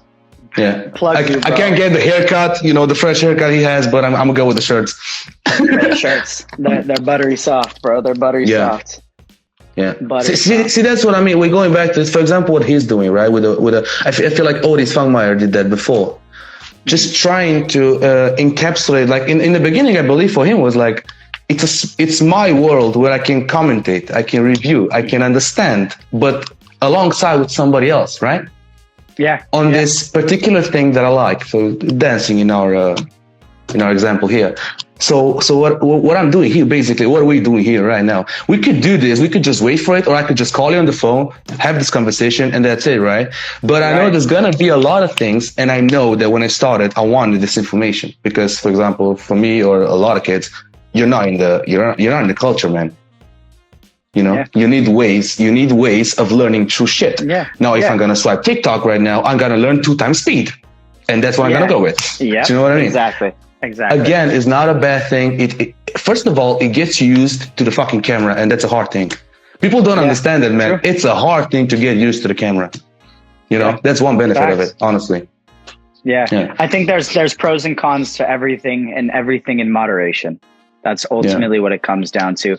I mean, obviously, like if you have a healthy obsession with something, like then go full into that. However, like a lot of the tools and the platforms that we have that we can utilize are actually working a lot in our benefit as long as we are the master of the universe of that tool.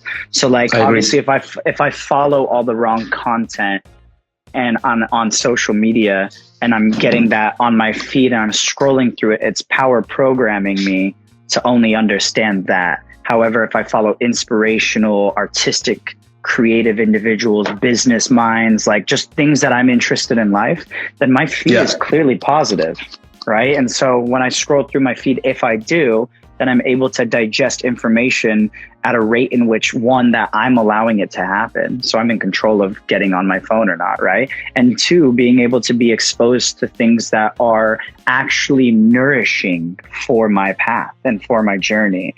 So a lot of the times when people fall victim to the social media world is because they're already putting themselves in that position of like being unaware of what they're following or you know, a lot of the times too, like, you know, you think a thought or you say something a few times in a day and then you get an ad for it and you're like, the government is in my camera lens and and they're watching. Might as well be actually, but fuck it. You know, so it's like also knowing when to separate yourself from stuff like that, or like seeing the value in it, like getting on a platform like TikTok and doing all the opposite of what it calls for because you just enjoy it. Is amazing. A lot of people, it's beautiful. You know, it's beautiful. There's a lot of platforms that bring people joy. You know, so it's like, I agree with that. The only problem with it, I'm sorry for interrupting you on this. I just didn't want it to pass. The only problem with this is nowadays it dictates for most of the people how success in life should look like. Yeah, filtered. It's like filter lifestyle. It's like what they said about, I don't know, when the iPhone was released and everything. I just love that example. That's why I remembered about it. You didn't know you need it. I'm gonna show you need it. Yes, exactly. And that is, first of all, that's the way I want to do it with my dance. That's the way I want to approach things, right? Yeah. I'm going to show you that after a while of doing this shit, you're going to be in better shape. You're going to get better shape emotionally. Your soul's going to be better and you're going to fucking joke around, dude. Right? Yeah. You're so it's benefits. Dude, but you don't know that yet. We're both on that same wavelength because like, think about what I post on my own social media. I literally defy all of like the normal, like I need to get on here and argue or I need to get on here and like put my point of view out into the world. I simply get on there and just have fun. And I'm like, this is what I do. Well, you're doing one thing. You're doing one thing. Oh, he's frozen.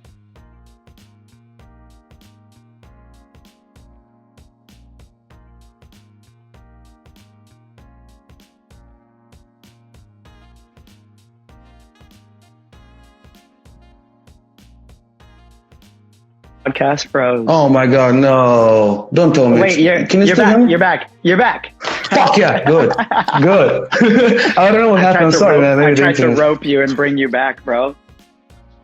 There we go. No, I'm sorry, man. Yeah, I was going to say, what you're doing amazingly, and good job for that, is quality of video. Thank you, bro.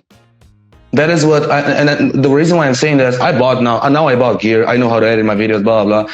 The reason why people don't know about this dance too much, man, is because dancers don't give a fuck about quality. No. It's extra work, and they feel like it's extra time wasted, but it's not at all. Yeah, no, I think ultimately too, it gives us a better lens into the artist's world when it's captured in a specific way, or they're aware of the quality, or even just like down to the way that they present themselves in their art, because it gives a more interior perspective, which allows you to get to know the person in general, right? And and also I think that like on my side, the quality.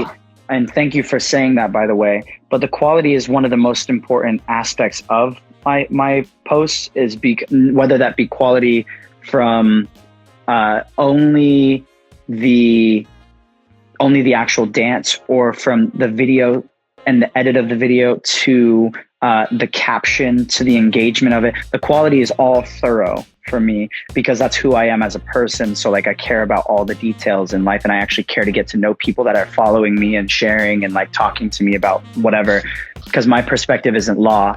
And what happens too is like, if you want to take your art more serious, the quality does matter. So then, you know, these are sort of like digital resumes, if you will, you know. I've been booked based off of what I've been booked based off of just me posting freestyle videos over the quarantine year.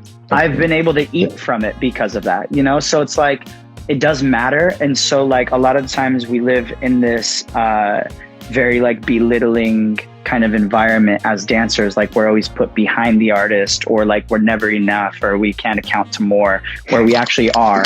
And so it's like holding myself accountable and making sure that I'm also like business savvy, and just like that every detail is thorough, and there's quality in my process and not only quantity. Education is essential, man. Exactly. And I think that these are things that we're not necessarily taught, but we can seek out and we can be better in, because I do think that like when you see, you know, those moments like what we were talking about, circling back to those moments that made us cry and got us invested in the style of waving, or just our transitions into what we wanted to do in our life, which is dance and be artists. We also have to remember that that impact can continuously be made.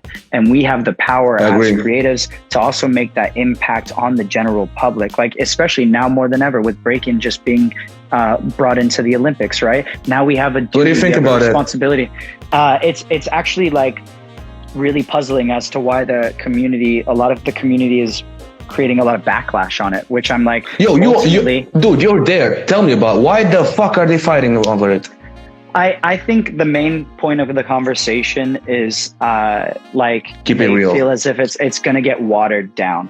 That's what I'm seeing in a lot of the comments. They're thinking that we're going to lose authenticity because the platform is so massive that people are going to like try to fake the funk, or like that this is where a lot of the politics of the dance are going to come into play, because they're going to be like, well, now it's this worldwide platform, so all the people that know each other are going to just intermingle, and they're going to be plugged into the platform, and no one else is going to have a shot. And then also a lot of people just think that overall, like the culture is the way that it is, and this platform, since it's such a different direction, then they're like, wow, we're actually opposing what we've set out to do.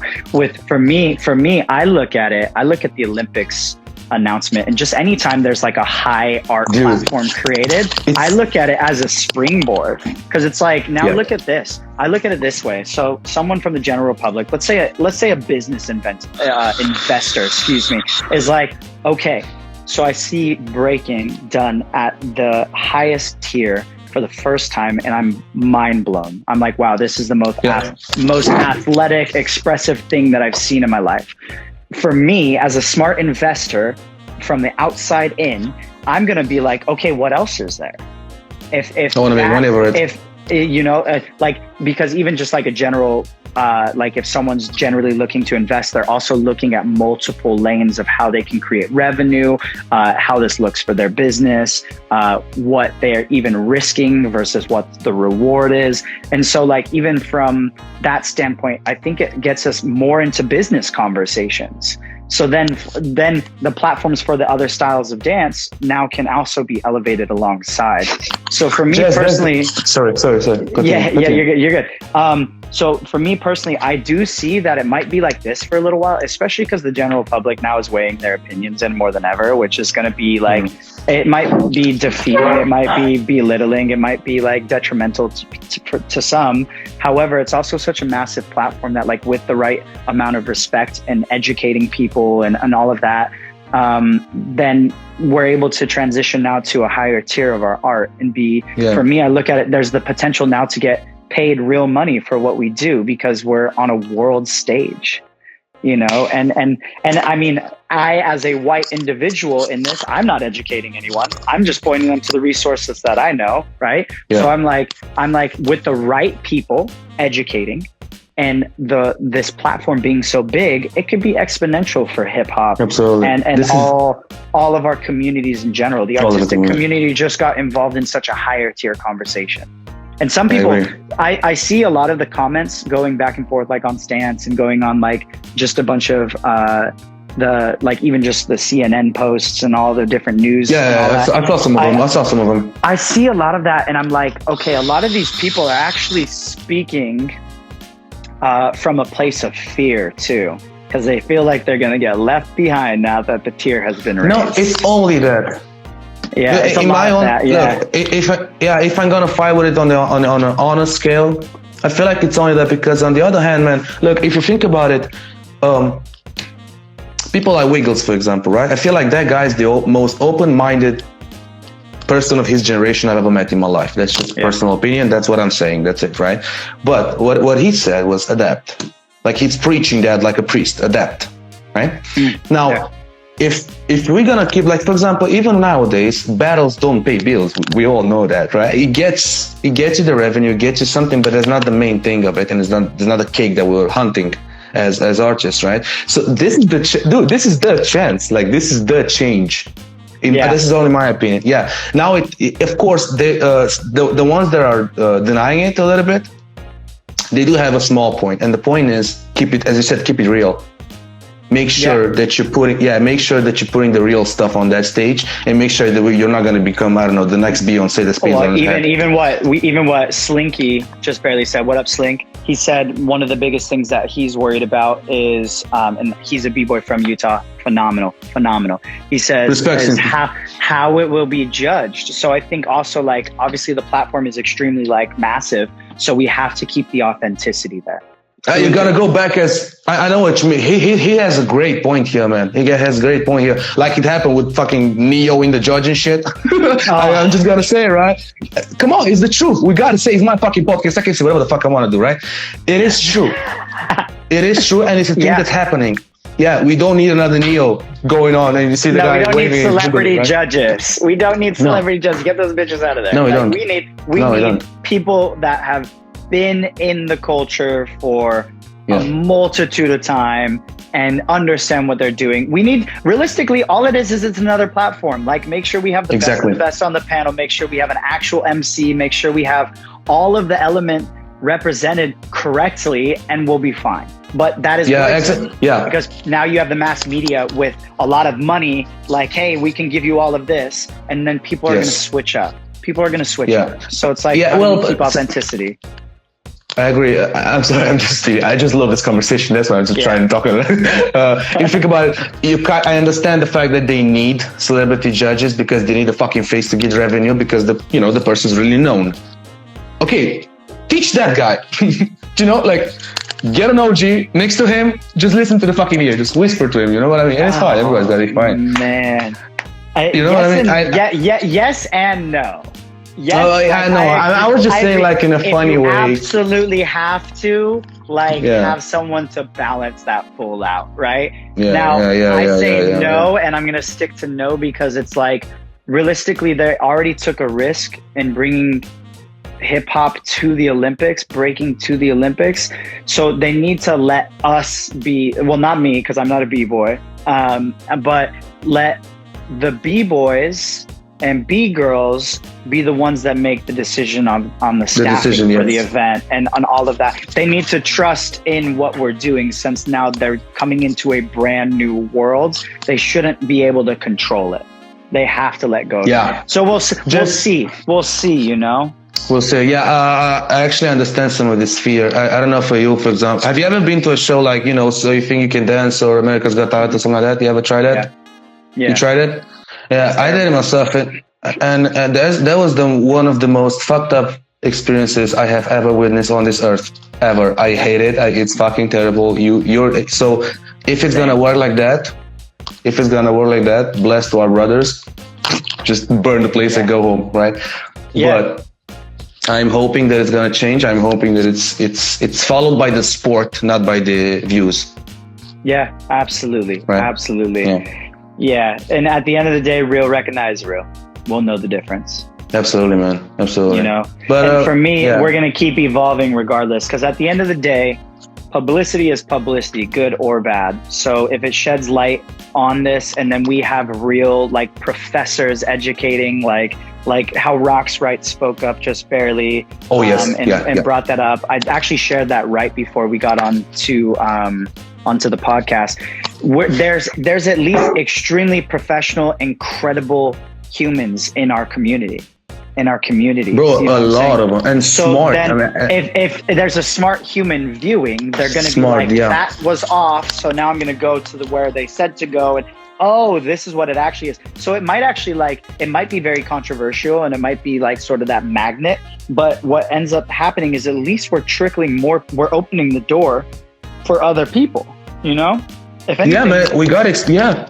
At the end of the day, more views, it's gonna make impact. It's gonna make impact regardless. Yeah, I completely agree with that. It's actually a new chance if you think about it. Even if it's gonna go wrong there, it's gonna be amazing afterwards.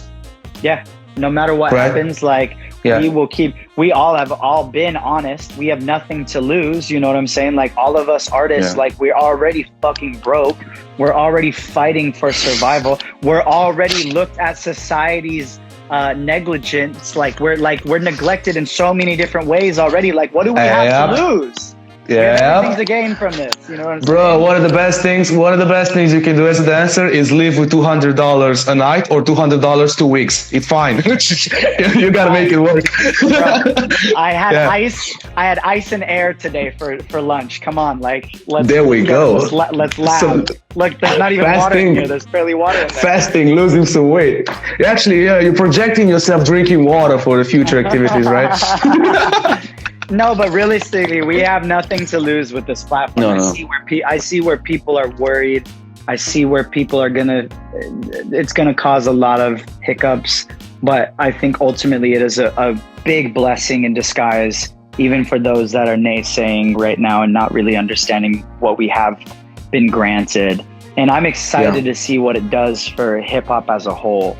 It's long time overdue. Plus now, on the gymnastics side of things, they can start giving us credit. You know what I'm saying? Finally, because even just there's been a few educational videos released since then, but that stuff was big controversy back in the day when actual power moves were being used in gymnast routines, but never being talked about with the same terminology or giving any credit to hip hop. Any credit, yeah. So now we're at the forefront of the conversation. We just hope that people are going to listen. Palmer said it's also gonna reach out future generations in parts of the world who wouldn't have known about it unless unless they got to see it on screen, man. That's what we said. It's gonna plant the seed. Exactly. It's gonna write exactly what we said in the beginning. It's gonna throw in some curiosity over there. Yeah, exactly. For the new ones. Good or bad publicity, there's going to be a lot of seeds planted, and a lot of future generation will be able to say, wow, I now have a new hero in my life. I see that B-boy flying. I want to fly. You know what I'm saying? That's going to be so special to see how it impacts specifically the youth. That's going to be massive. So I'm all for it, bro. And so, I mean, because Because a lot of the adults are scrolling on this cadence, like what we talked about earlier. They don't care. They don't care. Yeah, exactly. I agree. I know. So it's that spark of imagination that matters the most. But yeah, I'm all for it. I'm really grateful that, like, I mean, I'm just going to be a witness. You know what I'm saying? Like, I'm just watching greatness unfold within the next couple of years, and it's going to also elevate the game when people are training too. People are going to be like, I'm training for the Olympics. That's crazy to say, bro. Yeah, what I wanted to tap on this is that, as you said here, right? If you think about it, and you know this, don't think about it. B-boys are in amazing shape, most of them. You gotta be in amazing shape. I mean, that body has to do some crazy fucking. Yeah. But maybe, just maybe, after a couple of generations of this activity or something, you know, at the public TV and blah, blah, blah, maybe you can get the injuries out. And then we can go in a point, you know what I mean? Like an organized way of actually training and actually make it public to the, you know, to the whole world. You know what I mean? Yeah. You're getting the injuries out, bro. You have the power to move a fucking mountain, because that's why we respect B-boys. Aside from fighting like dogs, you know, I love that. I love that too. I love it too. I love it. I thrive on that, man. Those guys. If I get that attitude, I'm gonna kill any and everybody. You know what I mean? Yeah. I need that attitude. Yeah. Yeah, it's interesting too, because I think we also have to remember too, with this whole platform, that we're also getting a lot of support from other professions. So for example, you think that, like, let's say you have your country's what's a good sport in the Olympics? Let's just say you have like an Olympic skier, right? Those dudes, okay.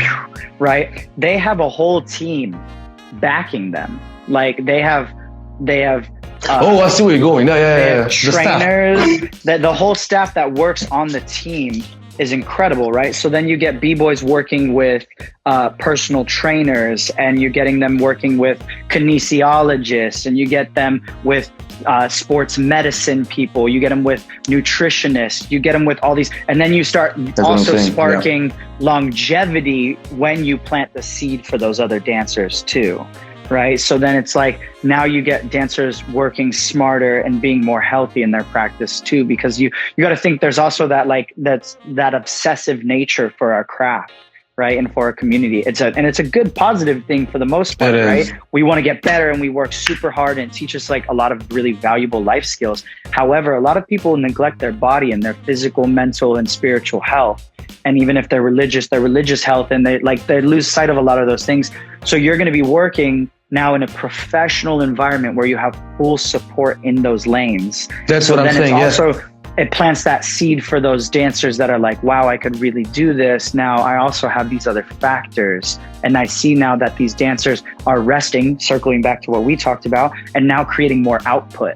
But there's also these like components that they like, maybe I didn't have that in my practice. Maybe I needed to focus on my mental health. Maybe I need to focus on my physical health more. Maybe I needed to learn how to stretch dynamically, and they have the ability. So there's a whole team. I wanted to say the stretching thing. It is so fucking essential. Yes, I know. That is true. Because even for myself, like my personal experience, right? With if you want the cobra or snaking, the problems on my back, that comes without warming up properly, without stretching, without actually engaging that muscle, without, you know what I mean, like maintaining my physical strength. You gotta go through them to learn. And B-boys know this the best, man. Yeah, they eat in pain. They thrive on pain. They don't never cry. Just go like animals, right? Yeah. Now imagine without that pain, no time would be losing, no recovery would just, you know what I mean? Like supervising is key here. Yeah, exactly. This can go big. I think it's going to be extremely big. And I'm excited to see what happens within the next few years. And then from there, like the initial impact is going to be intense. It's going to be massive. And then that's going to cause a bunch of chain reactions. And, you know, hopefully it gets to the point to where other styles of dance are receiving support from this specific platform. And I mean, if not, no worries. Like I said, ultimately planting one seed is going to be the most important thing. Yeah, even if not here, I'll give an example. I was thinking about this. Like, imagine waving as a theater kind of chance. Yeah. Like exactly. For me, that will work as, you know, as a storytelling kind of. I don't know if you saw Some of Dance Forever used to do this thing that there was like a tear day. I'm sorry. Oh, yeah. I know my English is shit. No, you know what I mean. I understand. You understand? Yeah. So it was like the whole thing, and I saw it, right? And it was contemporary, a lot of hip hop incorporated into the music and shit. Dude, you see it in waving, it would be absolutely, you know what I mean? It's like created for that. Waving is definitely made for a stage as well.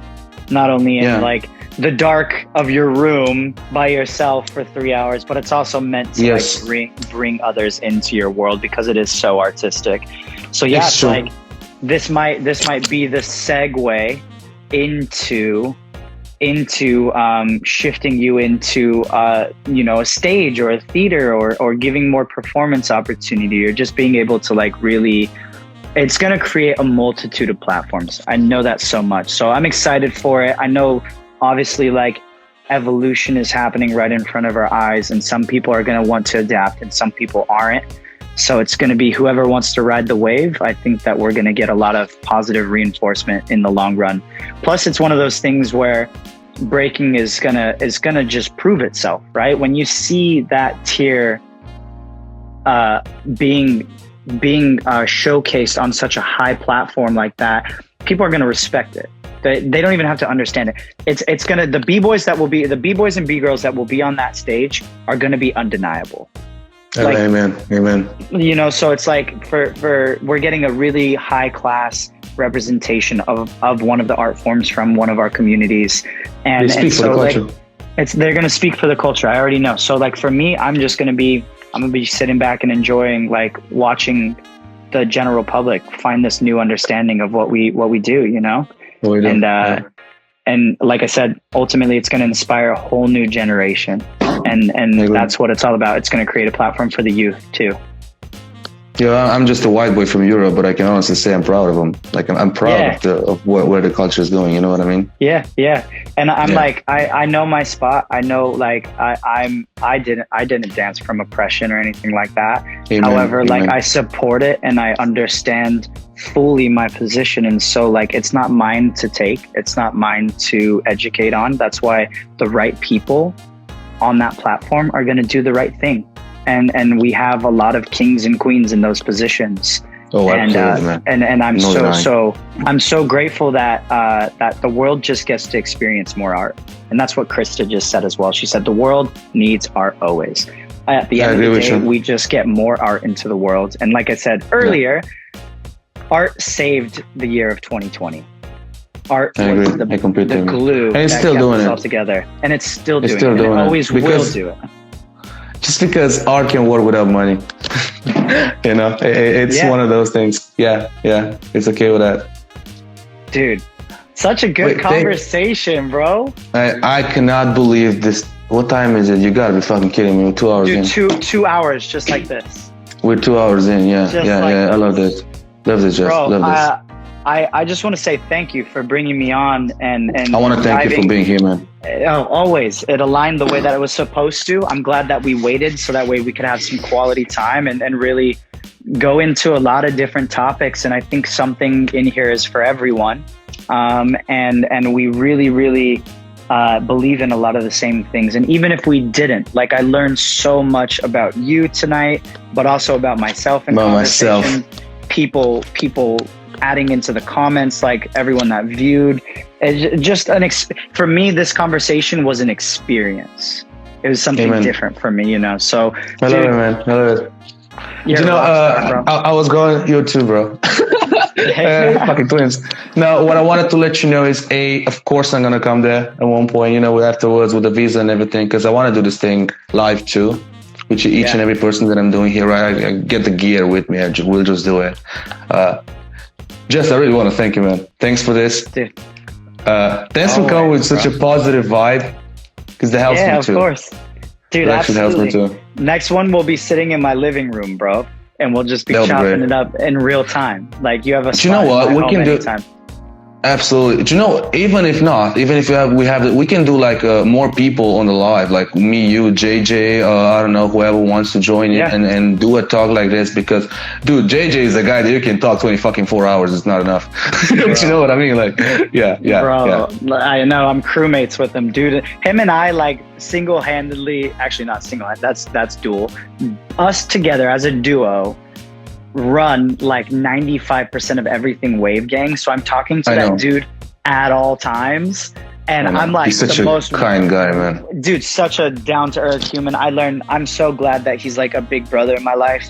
I needed his mentorship and his guidance, and he's always just giving me an incredible example. But this dude, like Based on three in the morning is still dropping ideas. I'm like, dog, like I gotta rest. Like, chill out. Bro, you gotta give it to JJ. Based on that guy's experience, I mean, his portfolio is, imagine the years and years and years of experience. Yeah. And his attitude towards it, like, it's undeniable. Shout out to you, JJ, if you ever watched it, man. He's never satisfied, and that's what keeps him evolving, but that also keeps like what we're doing here alive and well. So it's, yeah, I owe so much to him. So much to him. He's a big part of this waving thing going on, JJ. Mm-hmm. Yeah. He is. Yeah. He's our captain. He's one of our captains. Agreed. We have a bunch of captains, and he's one of them. We got a bunch of captains. It's true. I'm just a little guy on the back wiping the poop off the deck. I'm just that's Same, what I man. am so far. Same. I'm earning. I'm a soldier. I'm a little soldier. Bring the towels for for you guys and shit. Swabbing the poop deck, bro. I'm just trying not to walk the plank. That's all. Agreed. Bro, I'm proud of you, man. We can do big things. We gotta do big things. Trust me. And we're going to continue. I agree. God, Jess, thank you so much for this, man. I won't hold you anymore. Dude, you are incredible. Have a good rest of your night. Get some sleep, bro. Oh, fuck that shit. Like, no, I'm joking. What is it? It's 2 a.m. Yeah, now, it's right? 2 a.m. Yes, it is 2 a.m. But I actually, I've canceled work tomorrow. I'm fine, dude. I can sleep. Oh, perfect. This was important for me. Yeah. I really appreciate you holding space and like taking the time to talk to me. And look, everyone, look at this. Boom. A bunch of people are saying thank you right now. Thank you for tuning in. Hope to meet you. I hope to meet you too, man. I want to meet each and every one of you. Yeah, Thank you for tuning in so much, and I hope you enjoyed this. I know there's a lot to learn from here. By the way, Jess, I'm gonna do exactly what I did with Alex. That's what I'm doing with these things. I'm taking parts that are really, really essential, as you've seen, and I'm posting them as videos or as reels.